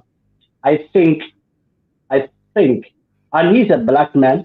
He's also 1% Somali man, and he cares deep down, Big Mama Africa, much more than you care, much more Kidola care, much more Tunisia care.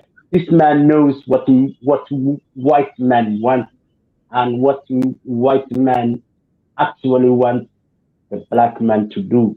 And he is fighting for a war that, I don't know, maybe you are getting some super chats from over there, and that's enough for you, dusty African. but he doesn't care about it. That's why I value his opinion. So, in America is an imperialist nation. Of course, lots of African Americans are benefiting from that. That is okay. Shout out to them. And we've been the victims of that imperialism, that divisions between of us. Sometimes it's tribal problems, sometimes it's religion problems, and only one person who is going to stand there and telling you, "I this is not right." Most of the time, he has a problem.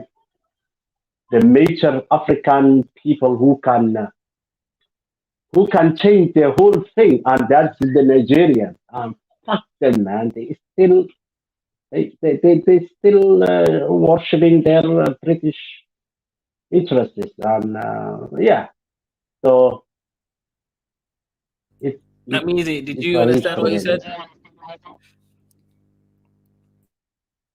Yes, he says, I understand how the white man works, and yes, I do.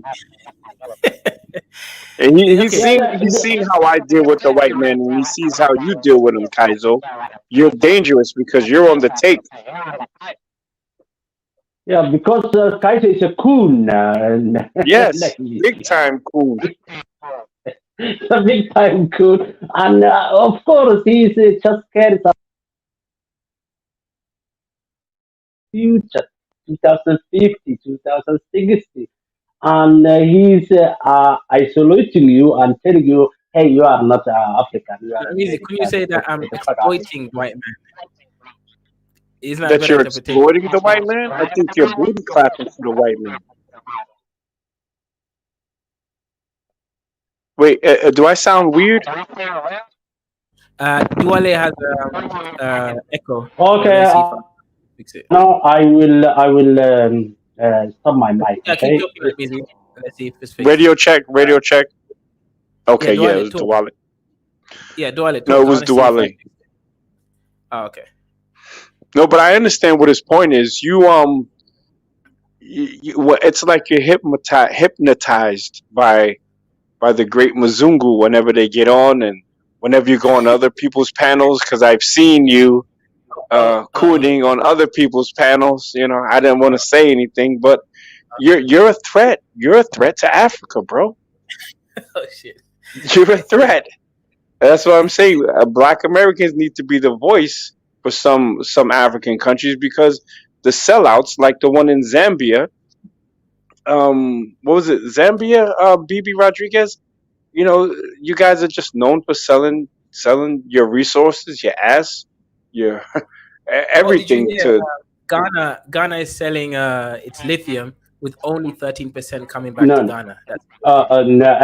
Kaizo, if Nakmizi is a white guy and he has the same points of view, and he's telling you just what Nakmizi is telling you now, you'll be listening to him and you'll be respecting him. But because he's a black American, you tell us, man. Look, we black, our IQ is not so good. Okay, we have we have a very good IQ people who've been there with the white people with of a centuries, 500 and 600 years of age, 600 years, and they know where the ins are and where the outs are. So we have to give these people the fairest table to talk. That's what I'm saying. Some American people who definitely will, black America will tell you, "Hey, we are not part of Africa. We do not, like the Tariq Nasheed and his people." But when you got to like Brother Nakmizi, he's here, he cares about, of course, his own ethnicity. He's an American, and his priority is his black American.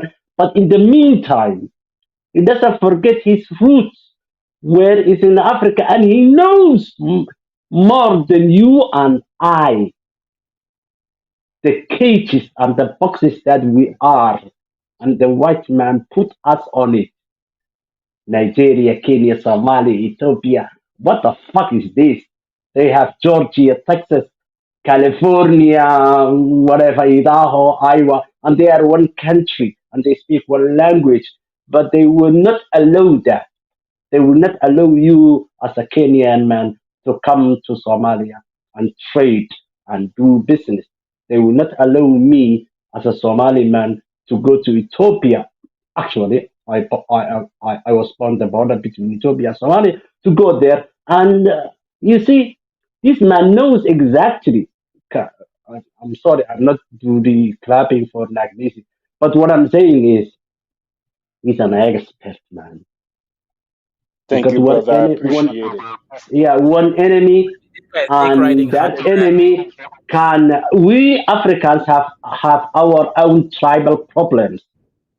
Wanga, Kikuyu, Somali, Afar, whatever. But if we just leave that, when we are talking about the geopolitics, we are not talking about these small tribes, the small clans here. We are talking about a group of nations, and we are fighting as a.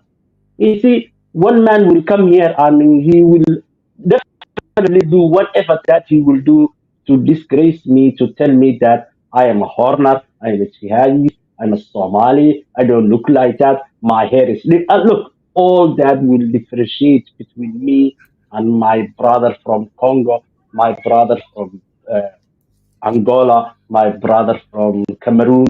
He will tell me that you are different, you're different, get the hell out of here. But Nagmisi will not do that because he knows the disease and he has the cure. And you hey, Nagmisi, shout out to you, brother. Please do this fight, man. Thank you, brother. I will take up the fight. If we have 10 people like you, hey, come on, salam alaikum, my friend. I'm still working, man. I'm not hiding, man. Stop it. Stop, Kaizo. I support you, my friend, and I love you. But you must care about our own people, how to be united, not how to be disunited. How not to be disunited. We don't care about the Houthis. We don't care about Palestinians. We care about the Somalis. We care about the Kikuyos. We care about how many children today who died in Sudan, man. That's my problem. I don't care about, well, of course, I care about that children, but their children are Sudanese, Tigrayans, Eritreans, Djiboutians, Congolese. Yeah, you know what I mean? Okay. Shout out to you. Now, this is news that came out recently, right? And here's the thing with the African channels, right? African channels always like to booty clap, but they never give you information or what's going on. Ghana greenlights first lithium mine with eyes on electric vehicle boost. So Ghana has just given a 15-year lease to a company called Atlantic, right? Lithium Limited. There it is, right? Ghana has greenlighted 15-year lease. This is how African countries do bad deals and bad trades on the mine, or whatever it is, Ewoya. So why do you always? So can we? So what do you want Ghana to do, Kaiser? I want them to get a significant stake in the company that it operates within Ghana, not a 10% stake. I want them to take a 50% stake on the company's subsidiary in Ghana, and for them to actually, again, have a rule. Okay, after 10 years, we will have at least one Ghanaian engineer. None of that stuff is stipulated in these contracts. This is Have you seen the contract? I don't need to see it because none of them have this in place. Yeah, so sometimes we think we are like so smarter than these guys, you know. Let's see. Show me one. This guy. Let's see what is in this. Yo, Kaizo, you kind of got Kifaro got your ass with that one, bro. You didn't see the contract. When you talk about the contract. Okay, look. Here's the thing, right? You're right. I ain't seen the contract, but okay. Let me easy. Have you ever seen a good African contract before? No. So why do you want to see it? You're not in that sector. You don't work with these companies. So why do you want to see? Do you want them to put your contract on the internet for you to see? Kifaro, we were defending a point. Now you're making a whole different point. No, I understand, but sometimes most of these companies, they are not so dumb as we think. Maybe we think they are. Sometimes they have good deals, but the problem is corruption at the end of the day. Because this companies, sometimes really they have good deals, it's business. There is corruption within the country. That the contract is here. Let me show you. So as part of the deal. Okay. Now I'm reading the part of the contract that's relevant to us. Look, As the part of corruption the deal, Ghana comes has in the shitty deals. That's where the corruption comes in. Money's passed under the table, and then they make these shitty deals. That's where the corruption. And the problem is, and look, I get both points here, right? 13% is a very, very low number. However, Ghana does not have the technology to refine any of this lithium. They probably don't even have the technology to mine it, or I don't know what how do you get lithium? Is this going to be a bunch of little African kids in a hole? You know what I'm saying? I don't know. But here's the thing. The corruption, just like Faru said, comes when they make the 13%. Yeah, little African kids in a hole. Like, no, that's what literally happens in East Africa. They were mining for cobalt, I think. No, not cobalt. The shit for the batteries. Maybe it's the same thing. They were mining for it. Cobalt, yeah, little African kids in a hole. I don't want to sound like that, but that's what it is. Exactly. Show the little African kids in a hole. It was like red earth that they were digging out of. Yeah. So, Kifaru, to answer your question, they have specified the relevant part of the contract. Ghana, apparently, instead of getting a usual 5%, have now gotten up to 10 or 13%. We don't even know which one, right? That is an increase. Okay. So that is an increase. They're getting somewhere. Maybe. Let me ask you a question. Kifaru, you own this. Just to what Nagmisi says. Just to what Nagmisi said, if this company is okay, you don't want us to take your lithium, to hell with your lithium, what do you think Ghana's going to do? Nothing. They will still try to go around the world trying to look for some people who can get a bigger deal for them. And right at this moment, it's only the European that can pay you more. China, Russia will not. They'll pay you something less. Actually, Kifaru, no. Let me give the context here, right? Lithium has gone over, is it like 300% price? No, 600% price boost since just 5 years ago. 600%. Lithium is, again, everything. Let me just make this really clear. We know that, Kaizo. We know the importance of lithium and coal. We know, but we are not the one making those decisions. Those who buy it tell you your price. If you don't want it, keep it. You understand? Until we start having the full right. So okay, we can extract it, I don't know, process it and sell it. Then we can start talking about percentages, or even we can start talking about equal 50-50. But now we don't have nothing. No, Africans are greedy. They like to make money today. Kifaru, do you not realize? Because thank you very much for making this point, Natmizi. Norway. Why do you think Norway is one of the richest countries? Same with Sweden, richest countries in the world. Norway invested in its own oil exploration, oil distribution, as well as they start? How did they start? They simply got. What do you mean? How? What did they just do? Like what? Guys, we need to. I think sometimes we speak out of ignorance. You know, we have the legacy of colonialism that we're still fighting. These companies that were in Africa for that time have not left. It's a legacy that we need to fight.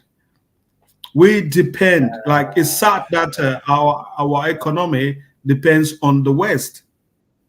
Or everything we're doing is trying to sell it to the West. We're not trying to sell it for ourselves. So if they tell you we're not going to buy your stuff, you're done. If China say or Kenya, if the British say, okay, we're not going to buy Kenya's flour, all that greenhouse in Kenya, what are you going to do with it? So why don't you take these greenhouses to produce maize on what you eat? We don't do that. We just want to save. Kifaru, I don't know what your point is, right? You create a problem, then you tell us a solution. So what's your point? Yes, my point is we can't be complaining. This is my point. We can't be complaining so much if we ourselves we cannot extract, manufacture, and produce this extract these minerals if we don't have the companies and the machinery that can do it. That's the point. Let's build the machinery and let's talk deals. Let's talk real business. You can't be talking business with someone that you can't compete with them. Wait, hold on. How long is this contract for? 50 years? 15, 15. So not as long as Oh, usual. 15. Okay, 15. That's Well, not bad. apparently Ghana has a whole bunch of, like BB said, engineers and scientists. Have they no one in the field of lithium, battery technology? Like, they do have, Nagmisi, is the investment, the money. Where is it coming from? How much does it take? You can send some dust to America and Russia. They can learn all that stuff. They understand. Like Kaizo, he's what? Minerals engineer, I don't know. But by himself, he can do nothing because there's no company in Africa that he can work. The only closest thing that Kaizo can find job is somewhere in the West. I don't know. Maybe they need that investment. The country need that money. Who is going to finance them? Most European company, they can just go and cry foul to their banks, or they have finance that people are ready to finance big project. But we don't have that in Africa. So Kifaru, okay, everything you're saying is fine, but Kifaru, I've been poor before, and I'm using myself as an example. I've been poor before. Do you know what I did when I was poor? I lived below my means and I saved money. The problem is Africans don't like to live below their means. Meaning, like Kifaru, when I see poor people these days, I just know that they're a piece of shit. That's why they are where they are, because they don't want to live below their means. Well, no, let's talk about the government. Let's not talk about poor people. I'm talking about the government, Kifaru. What I'm trying to use is an analogy. Do you know what that means, Kifaru? An analogy. Kifaru, he set you up for that one, bro. I thought you would have seen that one coming, bro. No. This is the Bantu brain, the small Bantu brain at work. Please, let's keep the conversation civil. If the government, who does not know what an analogy means? Right. Just speak what you want to speak. Okay, what I'm trying to say is this, right? When I'm poor, I live below my means, right? Because I know I can't afford to live in the same means and expect a better life. So these Ghanaian companies are not, there's enough euro dollars coming into the country. They could easily invest $1 billion on a mining extraction company. South Africa did. Botswana did. Namibia did. That's why these countries are actually reasonable at exploration and extraction of minerals, right? Botswana's got its own full upstream, midstream, and downstream of mineral exploration, right, all the way to processing of even gems. So if let's say a country like Botswana can do it, that's why Botswana is literally an upper middle income country. The average GDP per capita is like $15,000. They're eating good. They're eating better than I am, right? So what I'm trying to say, Kifaru, is unless Ghana should have said we are investing $1 billion, right, which they can't find if they move around the books, right, and think about the future, they could do it. The problem is Africans can't see the future. Africans just like to live right now and enjoy and eat good and be fat and flourishing. Well, sorry, fat but not flourishing. That is an African problem, Kifaru. That's what I'm trying to say. We can't blame colonialism and legacy of here. All of that is nonsense. It's a choice. Botswana's done it. Do you know you're talking about Botswana mining, right? Mm-hmm. You're talking about the Botswana mining. Okay. Oh, diamond. Do you know who is that? The beers? Do you know who owns? Yeah, the Botswana mining is owned by South African bears. It's like them. So what are you talking about? We don't even know how much take. No. Hang on. Show me the percentages of who owns what, because otherwise you're just saying. So, okay, you show me. You're talking about. Show me the percentages. No, you're the one who brought it up, saying that. Because I don't know, because the way you speak as if they own it 100%, they control everything. I was just trying to tell you they don't. I did not say we don't know the percentages, so we can't even make that argument. If you can tell me, okay, I'm wrong. You're saying a lot of different stuff, right? It doesn't even matter if they don't own it, right? A lot. Yes, it doesn't matter. What are the percentages? Let me explain, Kifaru, okay? You have to kind of relax a bit, okay? It doesn't even matter if they only own 10%, because the technology is in their country and they are in charge of that technology. It's a company that operates in their country. The proceeds, the engineers, everyone, the whole stream, the people in the country understands the process. There's something called process engineering. the Botswanans understand the whole system. Whether it's a white man who owns the company, it's irrelevant, because the process is actually owned by the Botswanan engineers who work in those companies. I hope you see what I'm saying. No. When you say it's owned, what do you mean? Okay, Kifaro, we're not going to go back in circles in this, right? No, because you're just using different terms to mean different things. They don't own it. It's a joint business. Kifaro, that's what ownership is. Okay? I'm just looking at the stats now, Kaiser. I'm talking to you. They don't. It's a business. You're not making much sense, Kifaro. Well, what I'm trying to say is like sometimes we say a lot of shit that we're not inside those companies. We think we know better, but if you get into the government, you don't know how the Ghanaian, maybe the Ghanaian says that part, they have many more important things to do. See, let's say they're moving. It was 5%. They've gone to 13.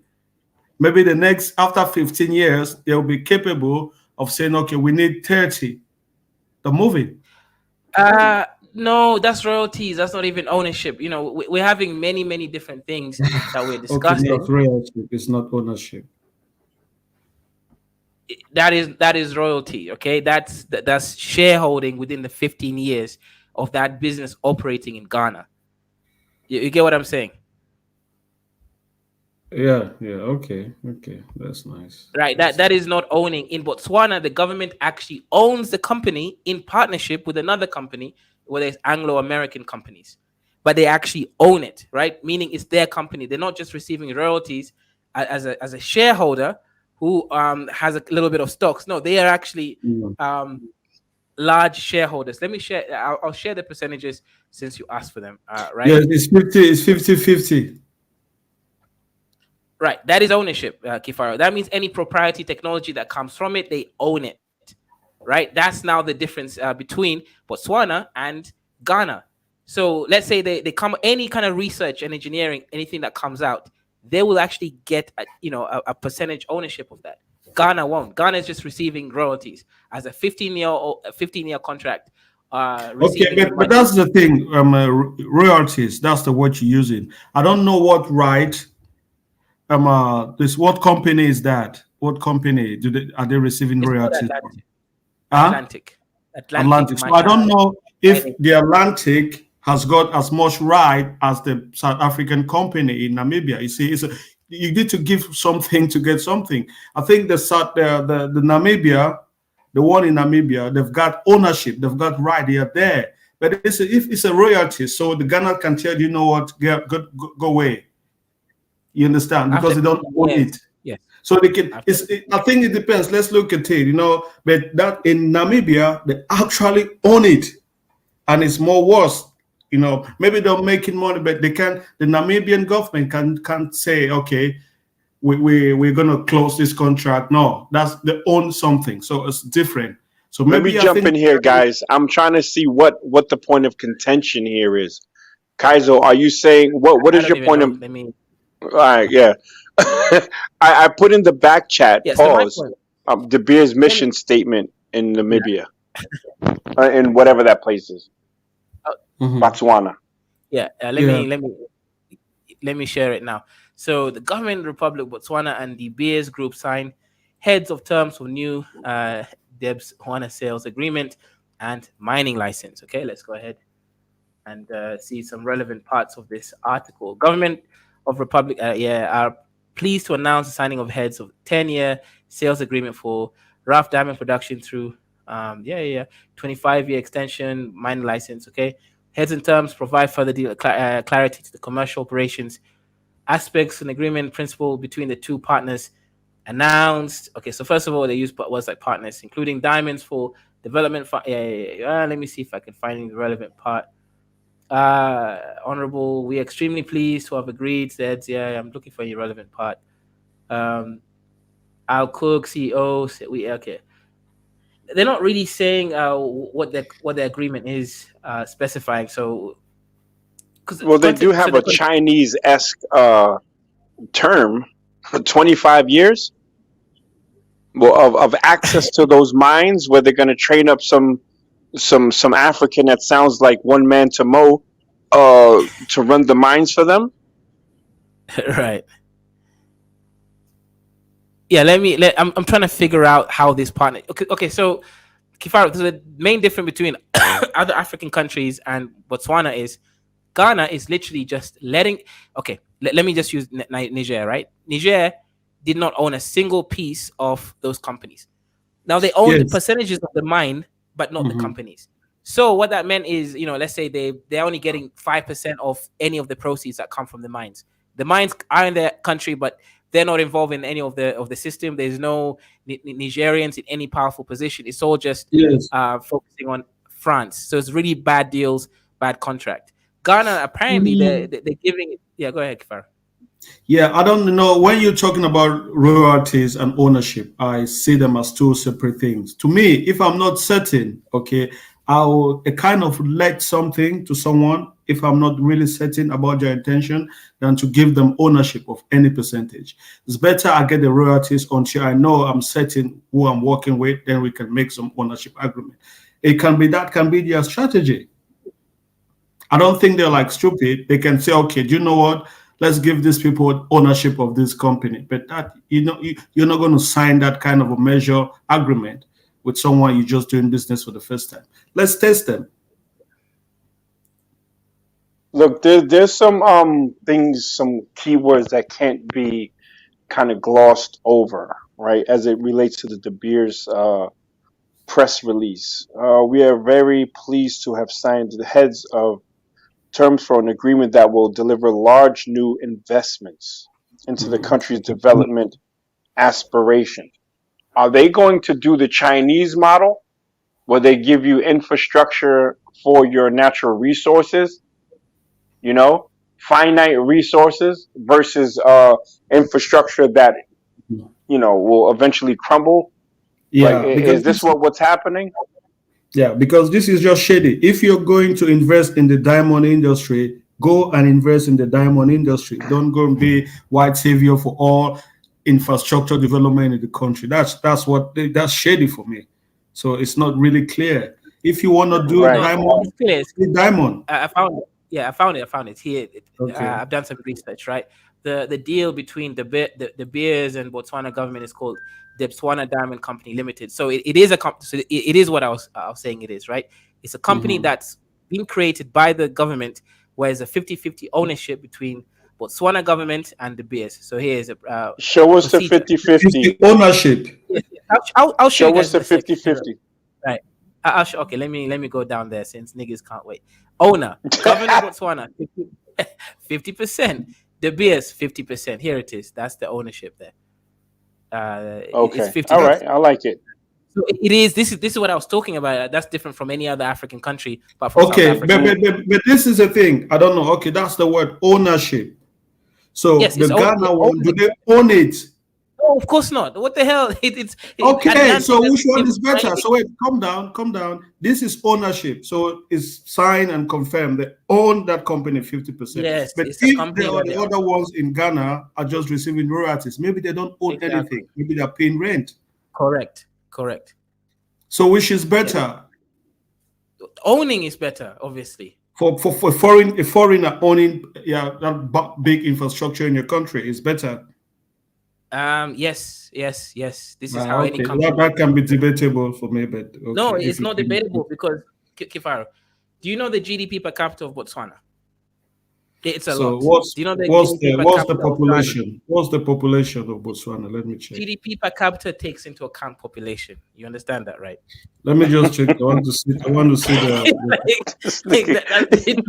I just want to see what per capita. Hello. Per capita. See, this is the thing. I understand. That's per capita. Okay, you might laugh like Gabon. The per capita is 8,000.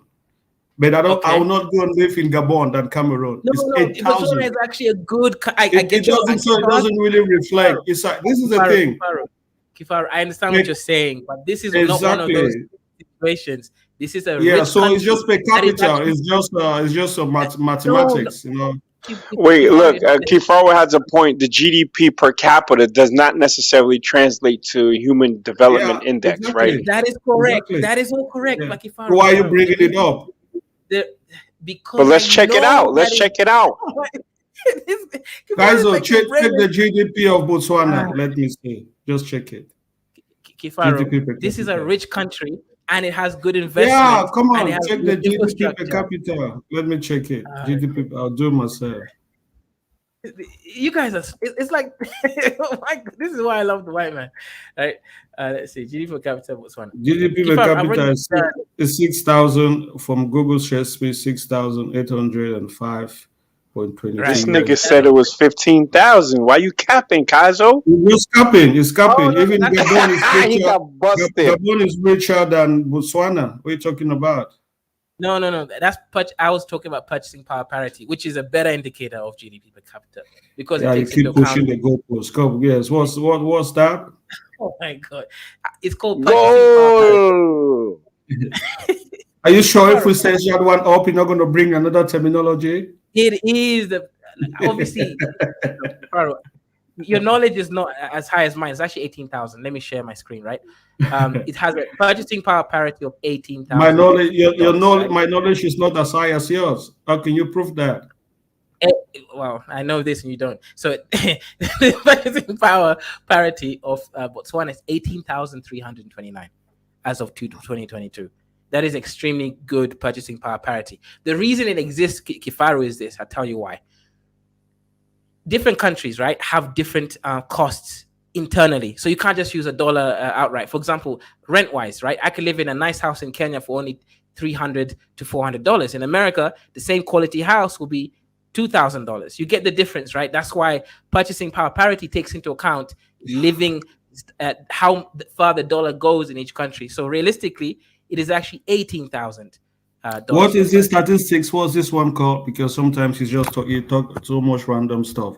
What's this one GDP called? per capita, PPP, purchasing power parity. Kifara. And Botswana is actually developed. It has a very highly developed infrastructure. I didn't just choose some random. But that was not. I think we are just going into so many abstract here. We're talking about the it's not abstract.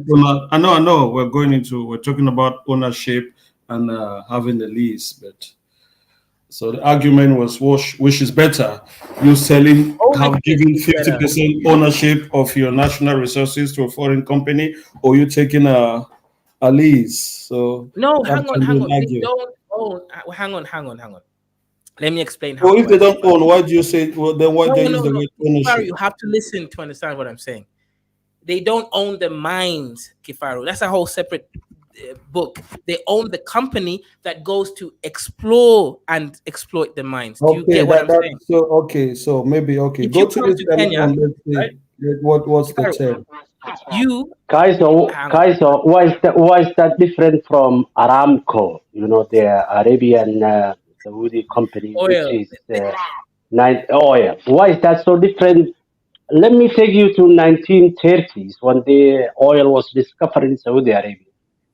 The Americans got the whole thing and let the Saudi Arabians actually, what make the dollar now strong was that deal, because the Saudis don't need this oil. They don't know what this oil is, but they know they will benefit from this deal later on.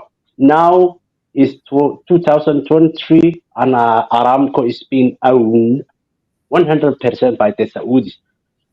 We are not criticizing Saudi Arabia for that deal, but we are now criticizing for Ghana the same deal that the Saudis did. And tell me, which is more benefit for the humankind, oil or this lithium? We don't know what lithium do now. It's a new discovery mine, but we know the oil is the basics of things. And the Saudi Arabia of that deal, maybe they were not the benefiters of that deal at the beginning, but now we know they rule the world. So maybe 70 years later, you see this deal is wrong. Maybe you will be right. Hey, on the HDI tip with Botswana and Gabon, was it Gabon? Yeah. Gabon was 113, Botswana was like 115, but the new figures has Botswana higher than Gabon. So I think it probably has the highest HDI in Black Africa. Yep, I it think. has. It does. It does. So Botswana. Yep. Yeah, and I mean, what I was trying to say when I was telling Kifaru, I didn't just bring up Botswana because I saw a high GDP. I've studied this country. This country actually have infrastructure, highly educated people. It actually looks like South Africa. The development. This is the only relevant Black African country that is. Yeah, I know. I said something. I get that. You understand, but taking a population of 2.8 million is easier. You can do that. No. I know you're thinking that is irrelevant, but that can be done, man. Bro. Easily. Hang on. Tell me a low population country in Africa that's Black and doing well. Because Nick, I don't understand how you keep bringing up population. Oh, small is it? No, it's not. Yeah, it matters. It matters. Small population show me another one. with mineral resources is gonna make a difference. Fine. So show me a Black African country that's small population that's doing well. Just another one. The Gabon is even smaller. It's not doing bad. It's due to the size of Gabon the is doing bad. Gabon doesn't have education system. Gabon is just exporting oils. It's not the same thing. This country. What's your comparison? What's your comparison? I'll explain to you. Okay, let me explain. You're talking about GDP. All the indexes is like they're doing almost the same. It's because you're small. If you check like Djibouti is like really tiny country, but if you go check their GDP per capita, it's high than most African countries. No, Kifaru, it's not. Let me. No, but GDP per capita of Djibouti is greater than that of Kenya. Kifaru, how did we get stuck on just GDP per capita being the only relevant marker of success? How did we get there? Oh, okay, that's fine. How did we get there, Kifaru? Yeah, because you brought it up. Because you brought it up. I brought it up as one marker, Kifaru. There are many markers. Botswana, let me explain. Botswana has a high GDP per capita purchasing power parity. But Djibouti doesn't. Why? Because the Djibouti city is the only relevant part of that GDP per capita. No, I'm just using Djibouti as an example of small countries with high GDP. I understand. Exactly. What I'm saying, we said doing well. It is not doing well. That's what I'm telling you. Djibouti's so-called high GDP. Of course. Djibouti is not doing well. That is clear. Yes, but Botswana is. So, but like there's a thing. Sometimes you talk to people from Djibouti. They say, "Oh, look at income per capita." But that does not reflect because it does not mean anything. You understand? It's one marker, Kifaru, that can help us understand how the economic situation is. Djibouti doesn't have relevant industries. It makes money from loaning. No, let's forget about Djibouti. It's okay. So you can't name me another Black African country that's doing well. It's just Botswana. That's it. Well, someone who lives in Djibouti, who used to live in Djibouti, let me tell you, Djibouti is the GDP is high because of lots of international foreigners. Let me say 100 million Europeans, 100 million Americans, and more of that the Middle East. Definitely, you will realize that the elites of Djibouti, not the majority, I would say the majority, 96 of majorities Djiboutians are living at the top. Let me see the statistics from South Africa. But the elites, definitely, they're doing good. There's a corruption of Africa. So Djibouti is not a good example for collective GDP. It is not. I'm sorry. It's not. I'm sorry. Let me see the stats for South Africa for this index. Yeah. I think we're getting away from the original point, which is that I guess the beers is good for whatever Botswana, unlike the Ghanaian thing. That's what we got here. So we was established that it's a 50-50 partnership, right? We've established that country has a very high HDI, Human Development Index, which you have to use in conjunction with GDP to really see how it's affecting the people.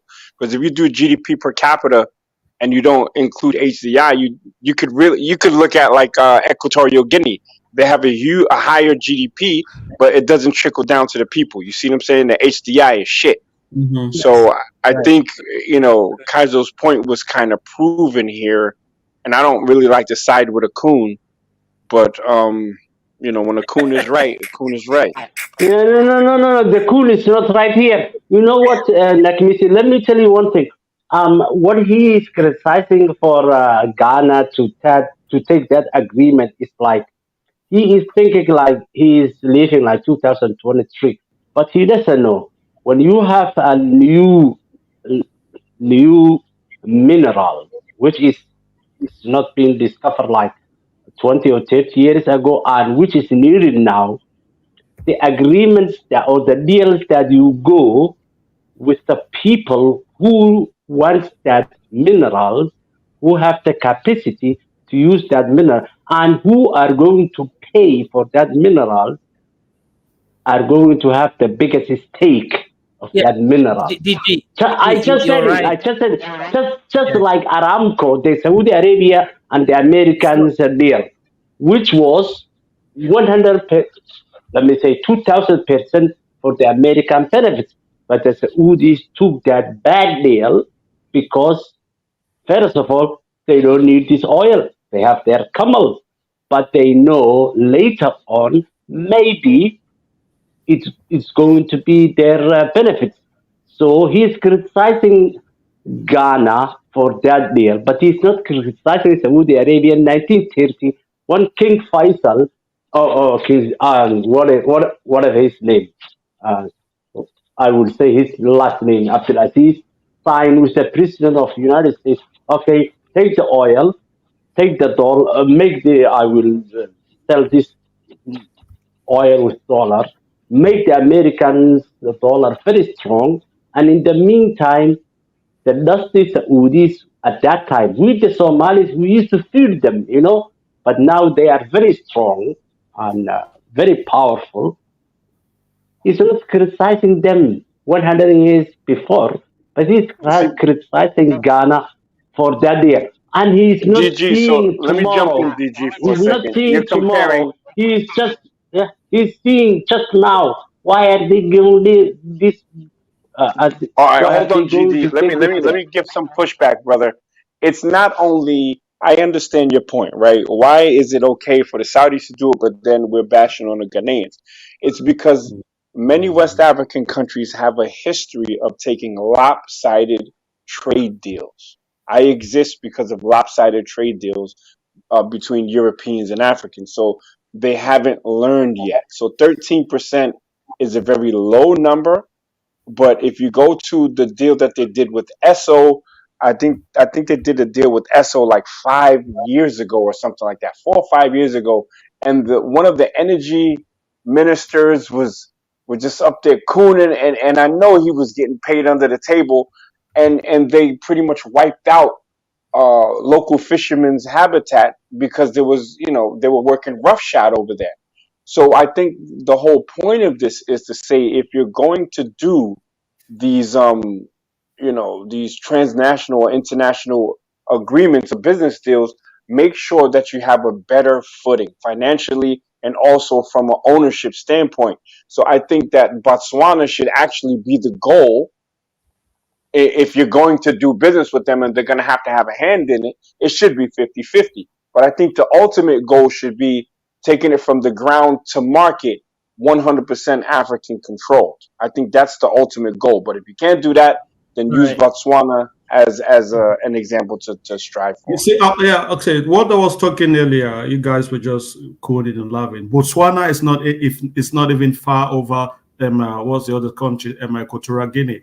Equatorial Guinea, the GDP PPE is 17,600. Okay. That's what I was talking about. The smaller countries have an advantage because they've got oil. You can say, well, they just have oil. And someone can tell you, Botswana just got diamond. It's the same. Well, did you look at the HDI for Equatorial Guinea? It's 17,600, and Botswana has got 18,000 something. It's not far apart. No, the HDI doesn't look like that. It looks like 0.7 something. I think Switzerland has the highest. It's like 0.9 something. It's not. It's not the HDI. It's not the PPP. Was the purchasing power. Okay. Yeah. Oh, purchasing power. But again, purchasing power doesn't trickle down to the people. So let's see. My point is, all these statistics sound good on the paper, but sometimes it does not actually reflect the life of the people in that country. Kifaru, do some research on Botswana, right? Every foreigner that's gone there. It's easy, because I was just trying to debunk your point that no other Black African country. I said Equatorial Guinea. No, there's no other Black African country. I'll tell you the difference, Kifaru.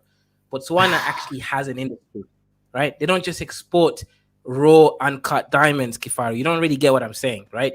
No, Kaizo, that is a model. You can do anything. It does not matter how you get your money. If you can say, they don't just export. Yeah, those ones, they just export oil. They export oil. So what do you want them to do? To refine it and sell it? If they have to do it, maybe they will get richer, but they don't have to. You know Equatorial Guinea, that Americans are refining that oil, right?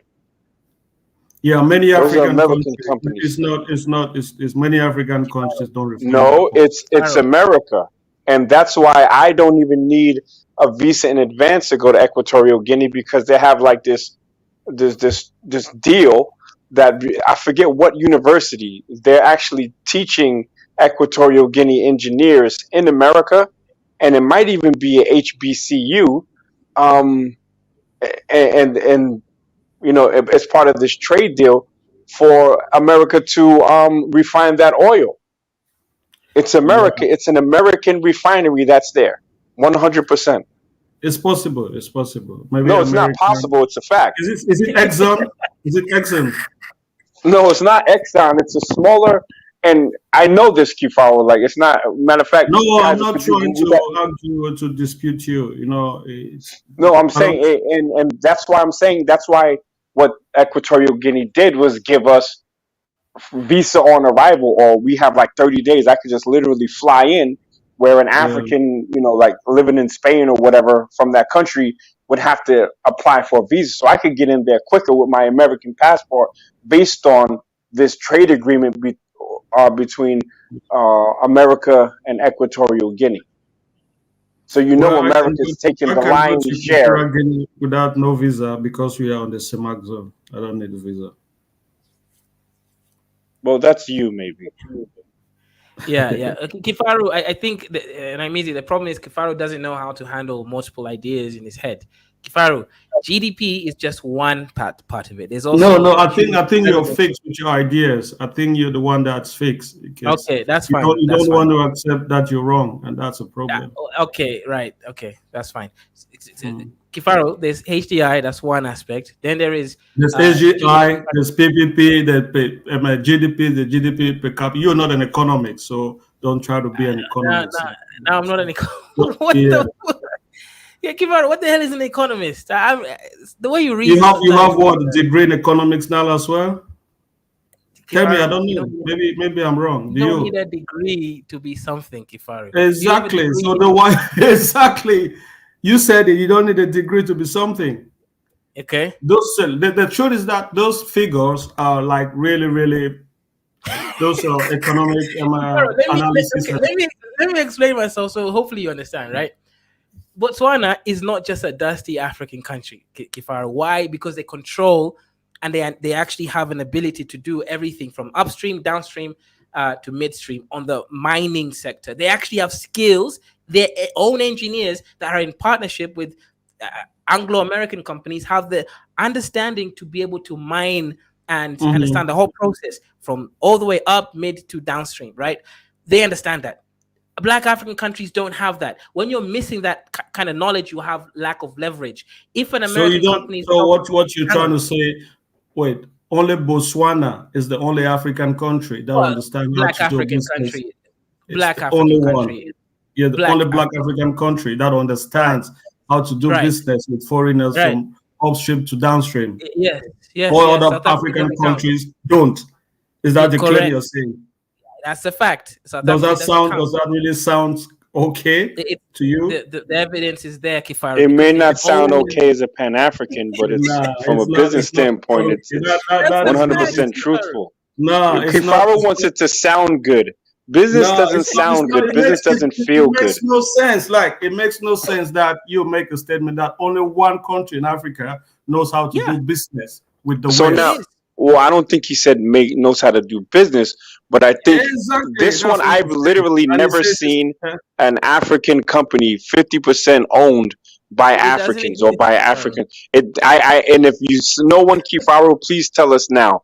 Other than if you can't, that's the thing. That is the diamond. Okay, I don't know. Maybe I see things differently. That is the diamond sector. Some other countries, they've got other sectors that they do own even more. I don't know. So you're saying you're speaking in vagaries. You're speaking vaguely.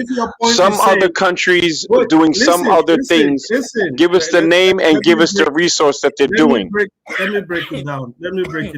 This is the big leagues, Kifaru. You have to give us the names and stop speaking vaguely. Beat 50% ownership by an African government doing business with a European or at least a white control industry. Go. Give me the name. I'll do my research. I can't get it. So if you haven't done the research, brother, just like we call Kaizo out for speaking on a contract that he didn't read, we gotta call you out for speaking on something that you don't have to. This is just common sense. This is just common sense that maybe I think it's lacking here. If you're telling me Namibia is the only African country that is producing diamond that has made a 50-50 percentage with a foreign company to mine their diamond, okay, I'll give them a tick for that. That is the diamond. But in Africa, people don't do business with only diamonds. There's so many other things that African companies that do in business. Let me finish. They're doing business with other European countries, and maybe they even have more than 50% in those businesses. So when you make a statement like Namibia is the only African country that knows how to do business with European country, that sounds like I don't know, like dumb and stupid to me. I don't think that they're the only ones that know. I don't think he said that. We're talking about right now who has a deal that's literally cut down the middle, right? So there's definitely going to be a benefit. That benefit is manifesting itself already in their high GDP and HDI. Boom. Facts. Now, we ask you for another country in Black Africa that can match that. Go. That can match what? 50-50 deal with a foreign company? 50-50 with the fruits of that deal, or at least because they've been that has been in place for like 50 years or something like Kaizo? Yeah, 50 years, over 50 years, yeah. All right, so 50 years, I would say that definitely has blessed their population with a better standard of living. Now, I challenge you right now, Kifaru, to show me another example in Black Africa. Okay, I'm not going to speak just to satisfy you. That's my research. This guy is talking nonsense. South Africa. Next time on stream, I'm going to give you a list, and that's you're just talking nonsense. Yeah, I'll give you a list. Kifaru, say, you know that nigga who married that white European woman from the UK? This guy actually set up his country. His name was Setse, right? The first president of Botswana. He set Botswana up for success. He changed things that countries like Nigeria didn't change, meaning they didn't go into the whole resource curse, right? Meaning, for example, let's say all the national resources in Botswana is nationalized. It's not owned by the territory of the tribes that live there, for example. If you find us an amount of resource over a certain amount, it's all specified in their law. It belongs to the government. That's one way to prevent tribal fighting, like what's going on in Nigeria. Kaizo. Okay. Something just came up what about, is Ethiopia going to count? Ethiopia counts, yeah, sure. So they own 100% of the Ethiopian airline. Is that something that's going to count? No, because look. I specifically do they own 100%? Yes. 100% of Ethiopian airline is owned by Ethiopian government. 100%. You know who started Ethiopian Airlines, right? Black Americans. Come on. That was a sim. Black Americans started that, and the Chinese have had to overhaul the Ethiopian Airlines. If I think I will give you so many African countries, their airline, they are partners with that, partners with this, 50% that, 20% that. But Ethiopians don't have diamonds or whatever, but they have 100%. So the argument is a little bit. Kifaru, they can debunk that if you just give me two. No, it can't. No, it can't. You have to listen to what I'm saying, Kifaru. I actually did count. You say no. Okay, why don't it count? Kifaru, go ahead. It doesn't count, and I'll tell you why. Right? Yeah. Ethiopian Airlines is some ragtag airlines that's not really producing anything of value. The service-based industry that is not producing anything of value, right? No, let me explain myself, Kifaru. I was talking specifically about mining sector. Good. That's what I told you. So if you're talking specifically about mining, okay. Diamond.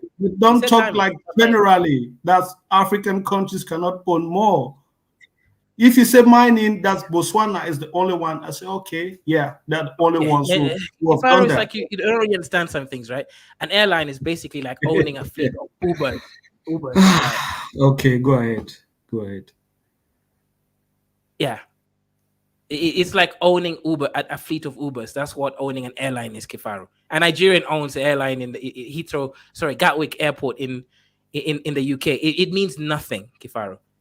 That is not something that can exponentially create value, right? Not the same thing, Kifaru. We're talking about sectors where. Go ahead. Let me kill Kifaru's point. Kifaru, you can't all of a sudden want to use Ethiopians as Black Africa when you're on record saying that Horners aren't black. So you got to give us a black African country. Let's learn some stuff, man. Don't always bring dustiness in this. No, I'm serious. You started the whole anti-Horner movement. Now you want to use Ethiopian Airlines as your example for Black Africa. Is Ethiopian Black Africa or not? Do you consider them Black Africa? From my definition, sure. From my definition, sure. You can take your definition. From my definition, Ethiopia counts as a sub-African country. It is a black country. I'm okay with that. Exactly. Okay, so that's just what I wanted to know. So whatever. But Kifaru, it's kind of interesting. I'm still trying to get you to understand one basic part, right? Owning an airline is like owning a fleet of Ubers. Anyone can do it. Nigerians own it in the UK. They own Gatwick Airport, for example. It means nothing. I'm talking about a deal that actually has manufacturing and infrastructure development involved. Specifically, mining is one good example, right? If you told me, Kifaru, Ethiopia has a steel industry where they produce steel and they export steel, I'd be like, and they own it 100%. I'd be like, great, right? But no, that's not what this is. This is an Uber that they bought from Boeing. It's not a real company. It's a real company. What do you mean? Not my definition of what we're. What's a real company? Because come on. So how does Ethiopian Airlines? Okay, well, what is Ethiopia's GDP then? And what is the HDI? And how is Ethiopian Airlines help the people of Ethiopia? Exactly, let's go. Right. It's really low. It's really low. But all right, so you're killing your own argument. You're killing your own argument, Kifaru. I think you are bringing so many things in the mix. We're talking about ownership. Kifaru is taking L's tonight. El Faru. No, we're talking about. Yo, Kaizo. Remember we used to call him the strong one? Now we got to call him the dumb one. Yeah, that's African American. Yeah, that's their nature. So. I mixed up with bullshit, really so I give you bullshit. Because your nature is like that. I know why. Oh, my nature. Oh, it's the nature of the Black American. Kifaru, so let me make my argument. The pity that you're like that, I can't help it. Oh, come on, Kifaru. That's a low blow. Yeah, Kifaru, let me make my argument. I don't want to go high. I just want to be civil. Okay, Kifaru, let me make the argument really straightforward. If you're listening, I said this right. Botswana is a country that has an industry where they have a huge percentage of ownership in the whole downstream, midstream, and upstream of a mining sector that then reflects in the well-being of the average citizen as well as the GDP per capita in general and other valuable areas. They have a control, engineers, and everything, and that it reflects in the economy as well as the livelihood and also the peace of the nation. Right? Ethiopia doesn't have any of that. The airline is not helping them do anything. Gabon doesn't own anything in the stream of anything. They just let American companies go there, exploit it, and then the rich people have all the money. It's not the same thing, Kifaro, right? Kaizo, do you know that one of the tenets of being a smart man is to recognize when you're wrong and not to argue a point that doesn't make sense? And Kifaro, we love him. He's our Bantu brother, but he keeps pushing the goalpost when he's proven wrong. I was calling cap on your story until we looked at it, and then once you got it, all right, cool. I'm not going to defend nonsense. He keeps just pushing the goalpost because he doesn't want to be wrong. It doesn't make you a less of a person. I mean, you were born a Bantu, so that makes you less. You can't be any less than that. So just take the L, brother. Yeah, and also let me see, right? When you call me out on my BS of not reading the contract, I shut down. I shut up, and I didn't continue arguing. Oh, I just shut up, right? That's what's supposed to happen. That's how you know you're intelligent, because you don't defend bullshit. Good point. Good point. Al, what's good, my brother? Over there, the Fulani herdsman going around killing Nigerians. Why are you being bad? Shut up, Kaiser, man. Your blood's not ready, boy. Huh? I know you want to make some peas on this Fulani hat killing, innit, Kaiser? Tell the truth, don't you? Why are they afraid to say Fulani in the Nigerian news? Why they keep calling y'all herders? Because that's what they do. Because herders are a mix of all tribe in Nigeria. Did you know that, not music? Come on, I know more about Africa than you, brother. Shush, man, shush your mouth. Well, anyway, basically, Kifaro, for the first time I heard him at Aphrodemos, I thought he's a great guy. But the more I listen to him, the more I become disappointed of his views, right?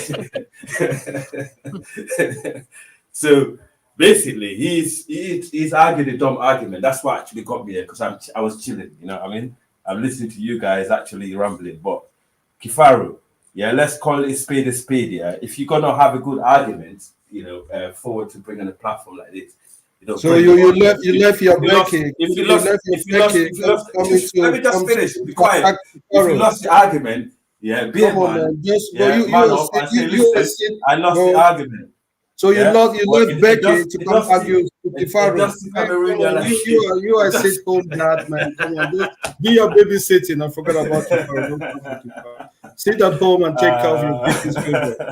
Anyway, if you talking rubbish all the time, let me talk now, yeah? But when you listen, Kaiser is 100% correct. That country managed to negotiate themselves a deal, with the BS, right? So they got a percentage of any of that gem that's been sold around the world, and it comes back to them. That's what kept them going, as a top African country, and they negotiated their trade deal well. And you know that yourself as a Francophone, you come from the Francophone Cameroon, right? Kifaro. What did you say? Did you come from Francophone or Anglophone Cameroon? It's Googling hard. I'm come from Cameroon. It's Googling it, Kaiser. You don't know the response. So what language are you speaking? Which one of the colonial languages you got in Cameroon? Bro, make your point. I don't know. No, but which one of the guys who married to white people like integrating people. It doesn't matter, man. Yeah, now you're just going around, talking what the losers do. Well, anyway, basically, Kaido and that is 100% right, spot on. That country managed to negotiate a trade deal, that actually enabled them to have a chunk of, any gem that sold that come back to them, and they use that to their advantage to develop, good technologies, mining technologies, and so on. A country like Sierra Leone, we have one of the best, probably the best type of diamond in the world. We did not manage to negotiate this kind of deal, because if it was to do that, we probably would be the richest country in Africa today. So Kifaro, be a man and say, what, Nakmezi, Kaizo, I'm wrong, you're right. So next time, if you come here next time you talk, we'll listen to you. They're not right. They don't understand. They're not right. So where are they wrong? because it didn't sound right and it didn't feel good. That's why. This is the thing. Let me explain. This is the thing. Go on. The argument, if there's said, Botswana is the only African country that has managed to leverage a 50% deal on a diamond mining company, I'll give them that. You understand? On a diamond mining company, I'll give them that. No, it's not diamond mining company, which the Diamond Corporation, the PS. On a mining company, let's say the mining sector. Okay, these guys, it might be all kind of mining. It might be gold, diamond, minerals. Are you here to learn? Or you just here to talk? No. Listen, you can't teach me anything. Let's talk about mining. Let's say the mining sector. Maybe I will accept. Well, you're definitely got a low IQ then. Someone that cannot be listen. High IQ people with high IQ don't marry the white people. Listen, if now you're trying to get personal. How do you know that? How do you know that? Listen. If they say Botswana is the only country in Africa that has leveraged a 50% deal in the mining sector, okay, I won't argue with them. But if they say Botswana is the only country that has leveraged a 50% deal in any business deal, in any sector of the economy, then that is a little bit sketchy for me. I don't know that. I might do my research. I don't want to argue things I don't understand. But that's your problem right there. You're speaking without research. I just said now Ethiopia. He said it does not count. So no, it doesn't count because that's a government. That's a government entity. That means give him the benefit of the doubt. Give him the benefit of the doubt. Let's say bring Ethiopia in there. If Ethiopia did not manage to negotiate a deal like this Southern African country did, so stop coming here and fooling yourself, fool. Because nobody's going to listen to you. When you're going to come next time and blaring about Pan-African shit, no one is going to trust you because you're more like Pan-Tribalism than Pan-African and you have no ideology. Kifaru, your point bringing up Ethiopia, give me a second, Kifaru. It's like bringing up the lady that sells fruits on the street. She owns 100% of that company. That's 100% Kenyan company. So what the? Why are you bringing up that kind of a stupid argument? Let's take something reasonable. No, Kifaru, you're not allowed to use a Horner example. Come on, you don't consider them black.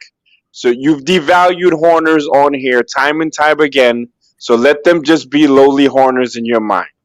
Don't be duplicitous. Yeah, he's a flip flop. Right? He's a flip flopping Bantu. he's a flip flopping wannabe Amazonian. Not easy. The best thing that happened to these guys, is our people from the West that came over there and actually start breeding them up and give them a little bit of IQ because they were lost. It's a Senegambian people and the people in the Guinea coast that came there and breed them up and give them really good IQ and better looks and give them Did you know that? I didn't know that, brother. Thank you. You know, brother. Thank you. That explains everything.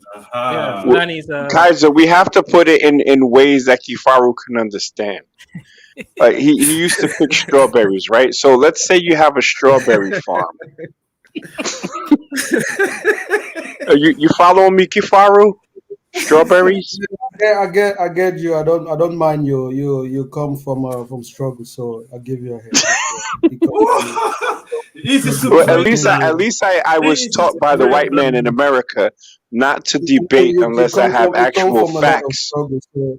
I do my research before I actually debate. That's what I do. Allow you to feel. That means can you tell this Dusty to be quiet when he's speaking, man? Just be quiet. I sold him to a Horner about a year ago. Remember that, Kaizo? Remember we had the slave. We had a slave auction of Kifaru about a year ago. Who did I sell him to? Diverting the conversation to no, Nilotic. Let's stop something. That's what happened. So it's on him to tame his bantu, not me. I don't have any more claim to him. This guy, he's old inventory. Now I'm glad that I sold him because he obviously doesn't think right. Now we call him Hantu. He's a hand tool. We no more bantu. He's a hand tool that uses hand tools.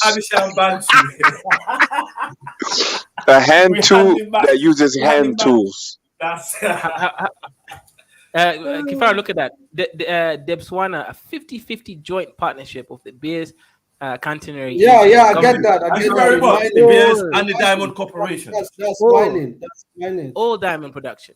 That's why these niggas are yeah, it's good. Mining. Okay. No, you're not listening. It's not just mining. It's the point that listen out loud. This dumb Fulani. What they're talking about mining. You know, I don't mind you calling me dumb because I know they may exactly have how done low it. They may have done it in mining, Kifaru, but it's not really the mining that is the issue. The issue is that the government understands how to make good deals, and even after the mining, they'll find better deals. That's the point there, Kifaru. Let me ask you another question again, because it seems like you guys are just slow. You don't want to focus. You just want to talk to Kifaru. No, but you're not listening. That's the trouble. Do your research, brother. Yeah. He needs to do his research, right, Al? Yeah, that's what smart people do. They do research. You know? Yes, and they do it before they open their dusty mouth. This guy's been eating too many strawberries today. That's why your numbers are low. That's why I never question when you say I'm a jeweler. I never question you for once because you got everything jeweler about you. You're so fluent in your teaching. Yeah, well, just leave him. But let's let him take a little break and think about what he's gonna say next. Make him apologize, and we'll apologize to us. Apologize to the Supreme Black and Kaiser. Yes, please. And the Supreme Fulani. Yes. Come on now. Do you know who you're actually addressing? You guys should forget about them. Wait, we don't want to know. Are you getting the point? Are you getting the point? You probably forgot who's Kifaru. It's just that we don't know you, bro. We don't know you. We just hear you sometimes. We haven't even seen your face. So I've seen that Maisie. You've seen me. I've seen Kaiser. We don't even know you, bro. You just come in there and talking every time with that bull. Everyone knows me. You don't know me. No, we don't know you, bro. You don't know you. So maybe you should prove yourself now, Kifaru. Because right now, you actually, that Maisie is putting in a ranch if you're not careful. No, I understand he's coming from struggle. You're a Fulani, so there's not really thing I can say. So, well, that Maisie. That's why he's the only guy that can come and criticize me because he's my brother. We are related. Me and you, we know. You're just a hunter for people's. I don't know. Wait, let me not say. Well, you can say what you like, but I'm just telling you the facts. As we always speak the fact here. It's not about trying to do hunts and that. This is just a reality. There's no blood is thicker than water. Blood is thicker than water, regardless of where you find himself in the world. Of course, 100%. Right. Yeah. It's just nonsense. We're talking about something important, then you have the full and I've never seen Kifaru take an L like this before. No, you the one that Kifaru started to say the Fulani killers, yeah? As soon as I got in, the first thing he said it was about the Fulani killers, and now he's telling me he's accusing me of bringing Fulani in the conversation. You see how dishonest this guy is. So now, not only you don't know, you kind of come across like a guy with low IQ, but you actually display dishonesty. Who's talking about low IQ? Who's talking about IQ? We're forcing your people to go to school in my country. You're talking about IQ. You do not force anybody to school. We have more money to send your entire country to school. We actually handed over power to the guy. Selling malnourished cattle. Is the Fulani guy that rule you up? By selling malnourished cattle. That's how you got money.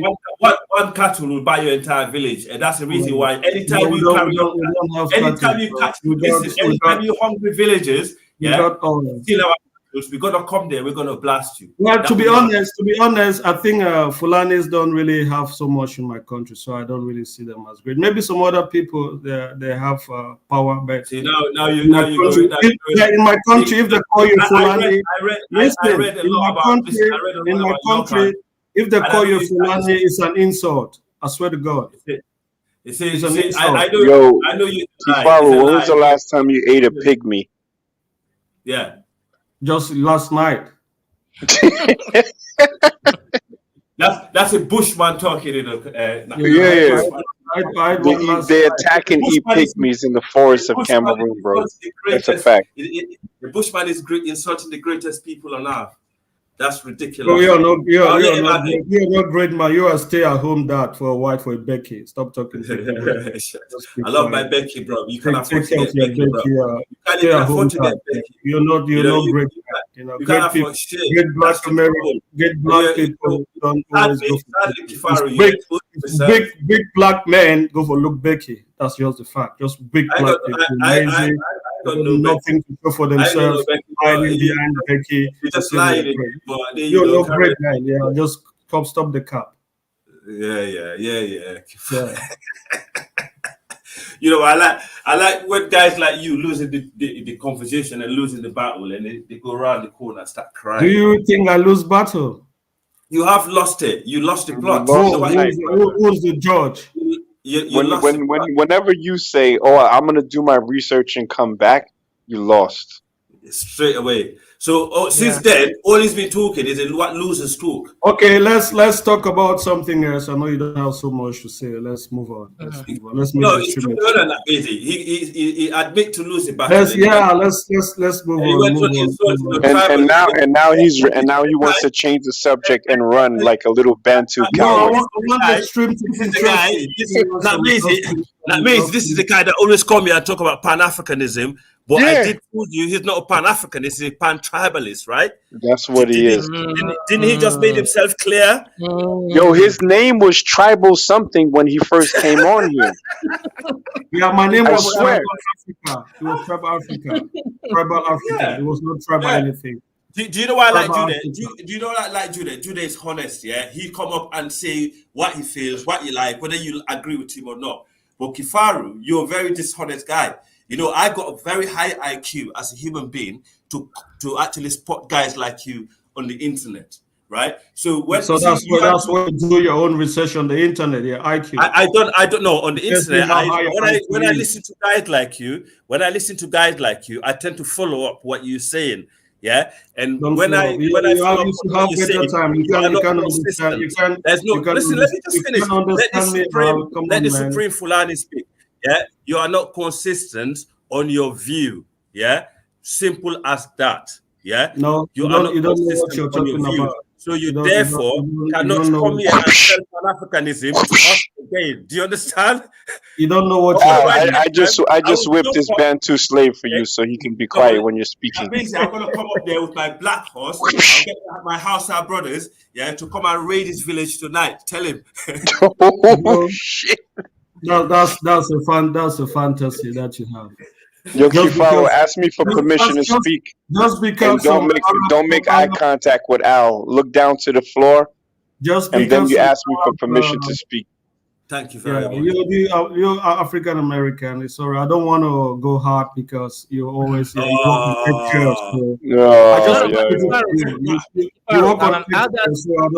want to go hard, but I give you. Al does have a point. You are Pan-African, and then you said that white people in South Africa, even that Orania, these people are Pan-Africans too. You know, white South Africans. Yes, that's true. Yes, that's just to tell you that to debunk Al's point. Yo, so he's a coon too. He's a coon too. That's my point, and I'm going to remain on it. That's just to prove that I'm not a pan-tribalist or what. is a Pan-Africanist. And everyone that's in the continent, that was born and raised in the continent. Maybe you should be Pan-Bantu. Yeah, maybe be Pan-Bantu. Well, Yeah, if I want to do that, I will not tell you. I will know what to do. But this is Pan-Africanist, and it's greater than every. It's greater than everything. Tribalism. So does he include those white people in Orania as Africans? Oh yeah, 100%. Yeah. Yeah. No, he's a coon. He's a coon. Video clips. I've got clips. Of No, this is the thing. No, stop. We recorded you, Kufaro. Listen. White people in South Africa. That's what I said. White people in South Africa. So white people in South Africa are part of Pan-Africanism. It's not a black nationalism. If you're talking about, if you're talking about black nationalism or black nationality, it's something different. But these people are part of the continent. They've been there, and if that continent is going to be okay, we need to build it with them. No, the white presence in South Africa has it's against everything Pan-Africanism. No. What is wrong with this guy? The very core of Pan-Africanism. You never come here again and talk about Pan-Africanism. No, when you say black, when you say this is the thing. South Africa is a country. Okay, let me educate you guys. South Africa is a country. Educate us. Listen, whatever. Just listen. South Africa is a country. And if that country is being represented in a Pan-African movement or Pan-African parliament, anyone that is in that country is represented. That's wrong. Not if the enemies of any black movement in that country, the agitators against those movements cannot be included as Pan-Africans. Do you think you're crazy? This guy have a low IQ or is just a do you think all he doesn't even have an IQ at this point? He's an amoeba. What about this IQ? What I've done with my IQ is greater than this all nigga's a one-cell organism. See, this is the thing. I don't want to get proud, but I think what I've done with myself and my IQ, both of you combined will not achieve that. Oh dear! Now you. Both of you. I swear to God, both of you. When they lose, if the white woman is going into a homeless shelter, that's easy. That's exactly what losers do. They insult when they lose. Yeah, exactly. He's on the ropes. He's on the ropes. He's gonna rage quit. Al, he's about to rage quit. He's gonna rage quit in 5 minutes. What? Both of you combined will never achieve that. We love it though. Both of you combined will not achieve that. He conveniently skipped the whole point I was making about Pan-Africanism and how you cannot you cannot include the progeny of those who killed black Africans on their own land and took over their land, stole it, and include them in any Pan-African movement. And if you can say that with a straight face, then you need to change your flag. No. This is the thing. I've said it clear, and I'll say it again and again. And African American is not going to tell me what to do. Listen. No, I will tell you what to do. No. Because I'm going to tell you, Pan-Africanism is a Black American concept, homie. You're jumping on my people's concept. You're jumping on my people's concept. Let me explain to you. Not Maisie is a Jola brother from Senegambia who happened to be born in America. Stop trying to. Stop trying to gain people. You're Senegal. You're Liberia. You're everything. Choose one, man. Just choose one and move on. I'm West African. Well, you're from the Cameroon. You're from the forest. I'm from the dead west. Listen. But he's an atheist talking about I swear to God. How like the biggest contradiction ever. It's just an expression. This is a thing. What I he's an atheist that swears to God and a Pan-African that includes white people in his movement. He's a strange guy. Africa, it is for Pan-Africanism. I'm talking about as a political movement for Africans and those who love Africa. If you don't love Africa, fuck you, go out, even if you're part of Africa. I don't work with people just because they're black or white. Who decide that? You? I'm talking about my own. I'm not talking about people's own. I'm talking about my ideology. So you work with white people? Yeah. If they're in Africa, for South Africa. When we talk about hold on, Al. So you work with white people if they have a love for Africa, right? People always ask me the same question. What about Morocco, Tunisia, Algeria? No. Forget that. Let's talk about the white people. Come on, brother. You said you work with white people if they love Africa, right? Nangmisi, the movement is not a black identity movement. It's not a black identity movement. It's different.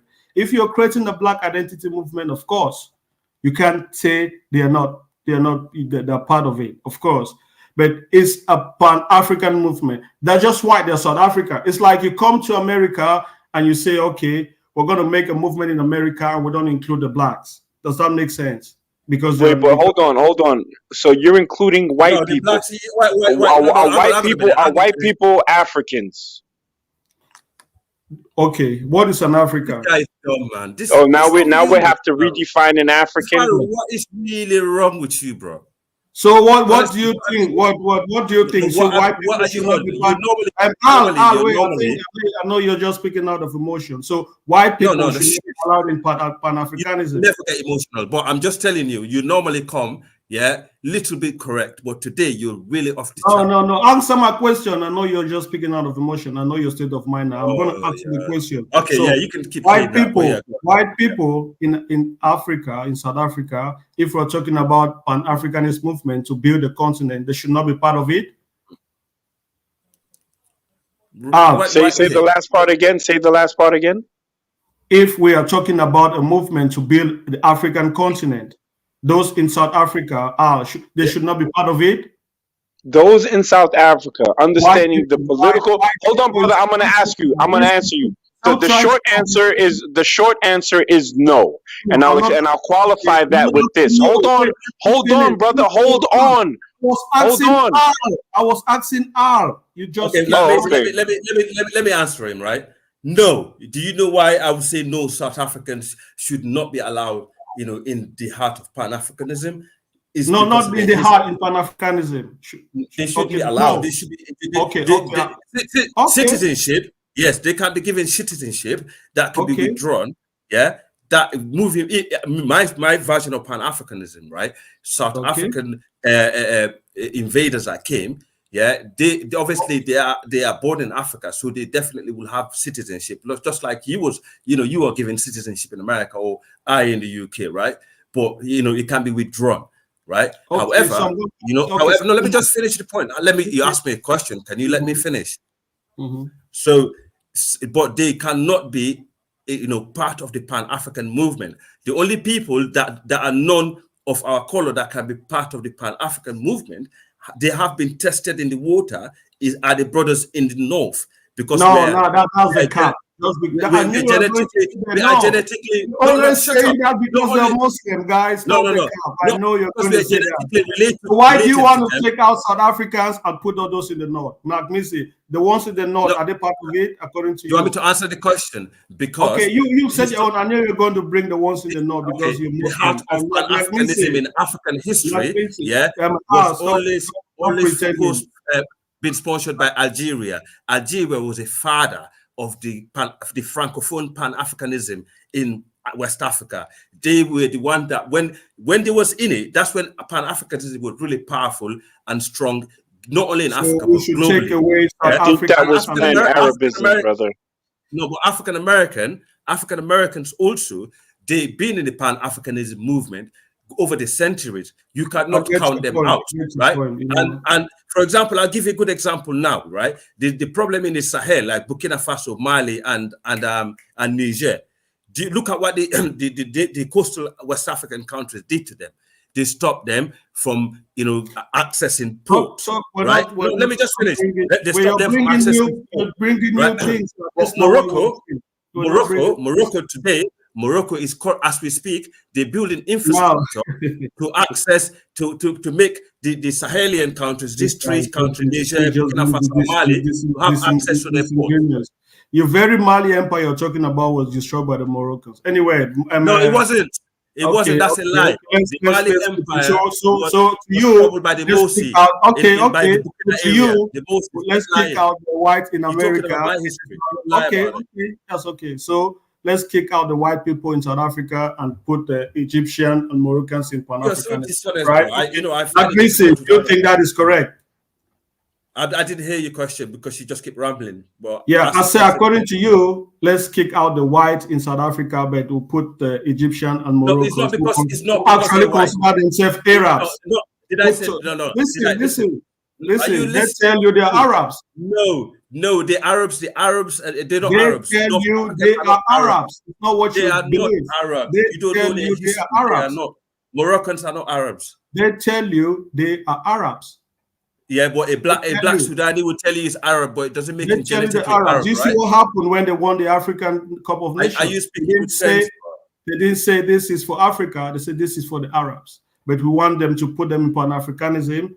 What happened when they joined? They created the Arab League. Were the other people worried? No, because that's who they are.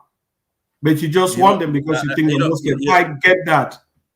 Listen to me, right? The North African countries, are more of our people than those South Africans in South Africa. Do you understand me? How many countries in Africa, North African countries invade?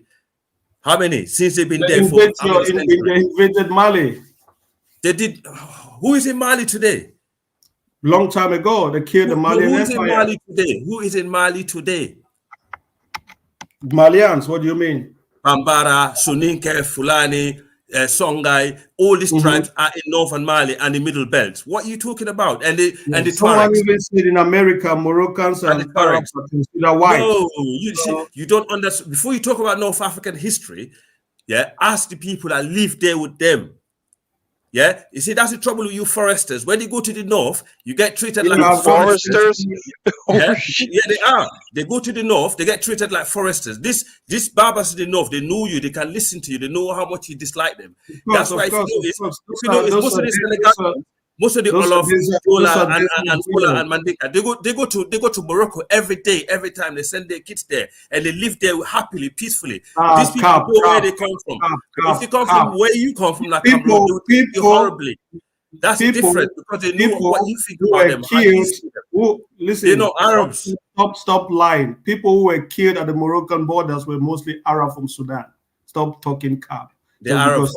So Moroccan kill Arabs. Just because you want to prove your stupid. Why are you gonna people that were killed in Moroccan borders were mostly people from Sudan. Were they not from the desert? All of you were desert dwellers. You think the Moroccans will come to Cameroon? You think the Moroccans will come to Cameroon and rush bomb your borders and just do what they want to do? What? You're not making sense. Do you think the Moroccans should have the right, because they're African, to just come into Cameroon and do just what they want to do? So why are you saying that people live from the jungle? Those Cameroonians, you can count how many people go there. Most people who go come from those neighboring countries, and they treat them like shit.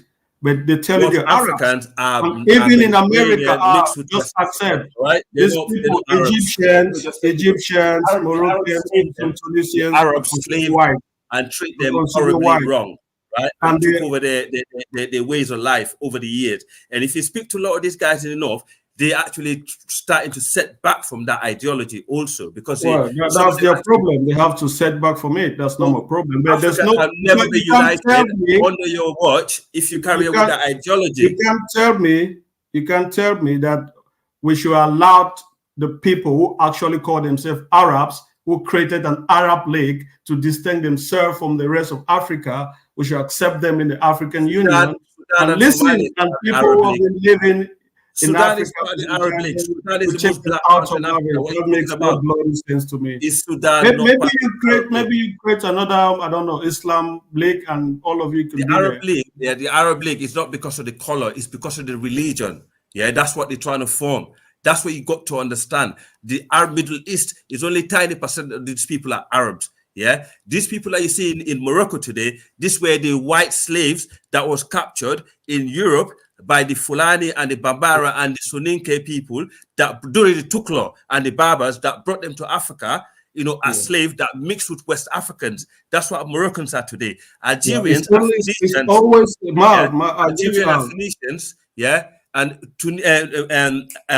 Libyans are mixture with Mediterranean and Africans. Then I can see, Egypt. That's where you're probably going to find more Arabs than you find.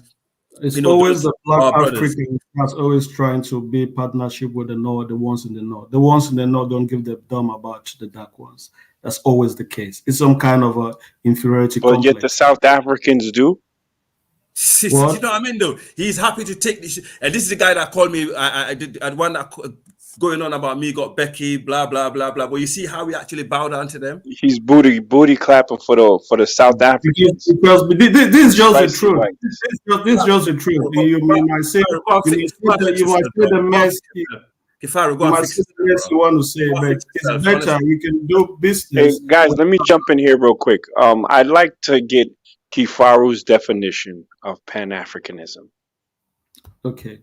Pan-Africanism is just what it says. You know, it's the interest of the people in the continent to build the continent for your betterment. That's me. You avoided saying black people. From the north to the south.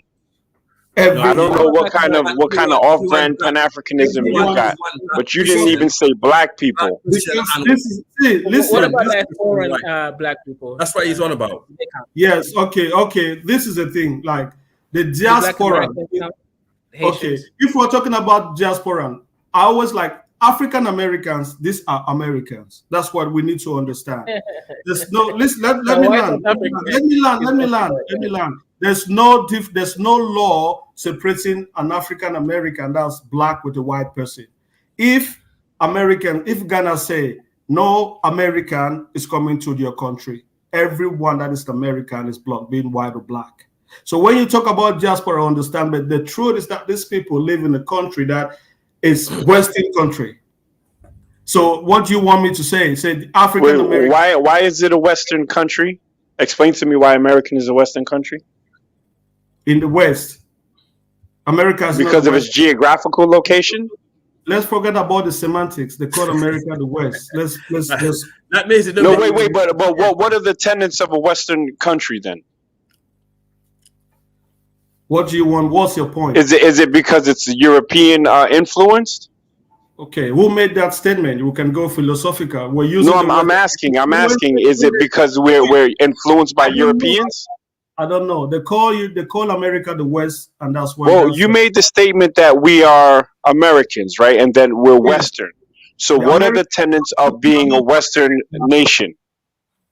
It's in the Western Hemisphere. So then it's geography then. Yes. I like how you're backing off, because you know I'm gonna cook you on the fact that your own country is a westernized country because you use Western languages, European languages, European nonsense when we start. No. It's 100% true. So now here's the thing: we have a Bantu here who embraces white South Africans who tried to commit a genocide against black South Africans, who stole their land, who still practice apartheid on black South Africans, against Bantus of his own stock. He will embrace that white man and then try to draw a line excluding black Americans as some sort of Western. Let me. Wait. Hold on. No. Hold on. You've been Bantu babbling for a while. You asked me that. What is? No. Now I'm just speaking. I can't have a back and forth with you because you push the goalpost more than Pele. Let me answer your question. You asked me a simple question. What is? No. It's not simple, and I'm not asking you anything no more. Now I'm just gonna teach you, and I'm gonna call out your hypocrisy. You wanna exclude North Africans who've been on the continent, right? Since you're Pan-African. Wait. Since they've been on the continent longer than these white people have been in South Africa, but you booty clap so hard for the white man that you will include them and then try to throw shade at black Americans who wait. You try to throw shade at black Americans who have been at the forefront of your own ideology of Pan-Africanism. We started that shit. You are the little homie when it comes to Pan-Africanism to the black American. You're the little homie. I agree with that. I totally agree with you. Not amazing. I have to give him some listen. In Pan-Africanism. Before even your grandparent was born. What's wrong with this dude, man? Pan-Africanism. The way I talk The Pan-Africanism I'm talking about is the actual Pan-Africanism. No, you're that is talking What pan-tribalism. the now hell is Pan-Africanism? why you want to It force word in has my nothing to mouth? do. Why are you so stupid? Listen to what I say. I know you have a lot to say, but just listen.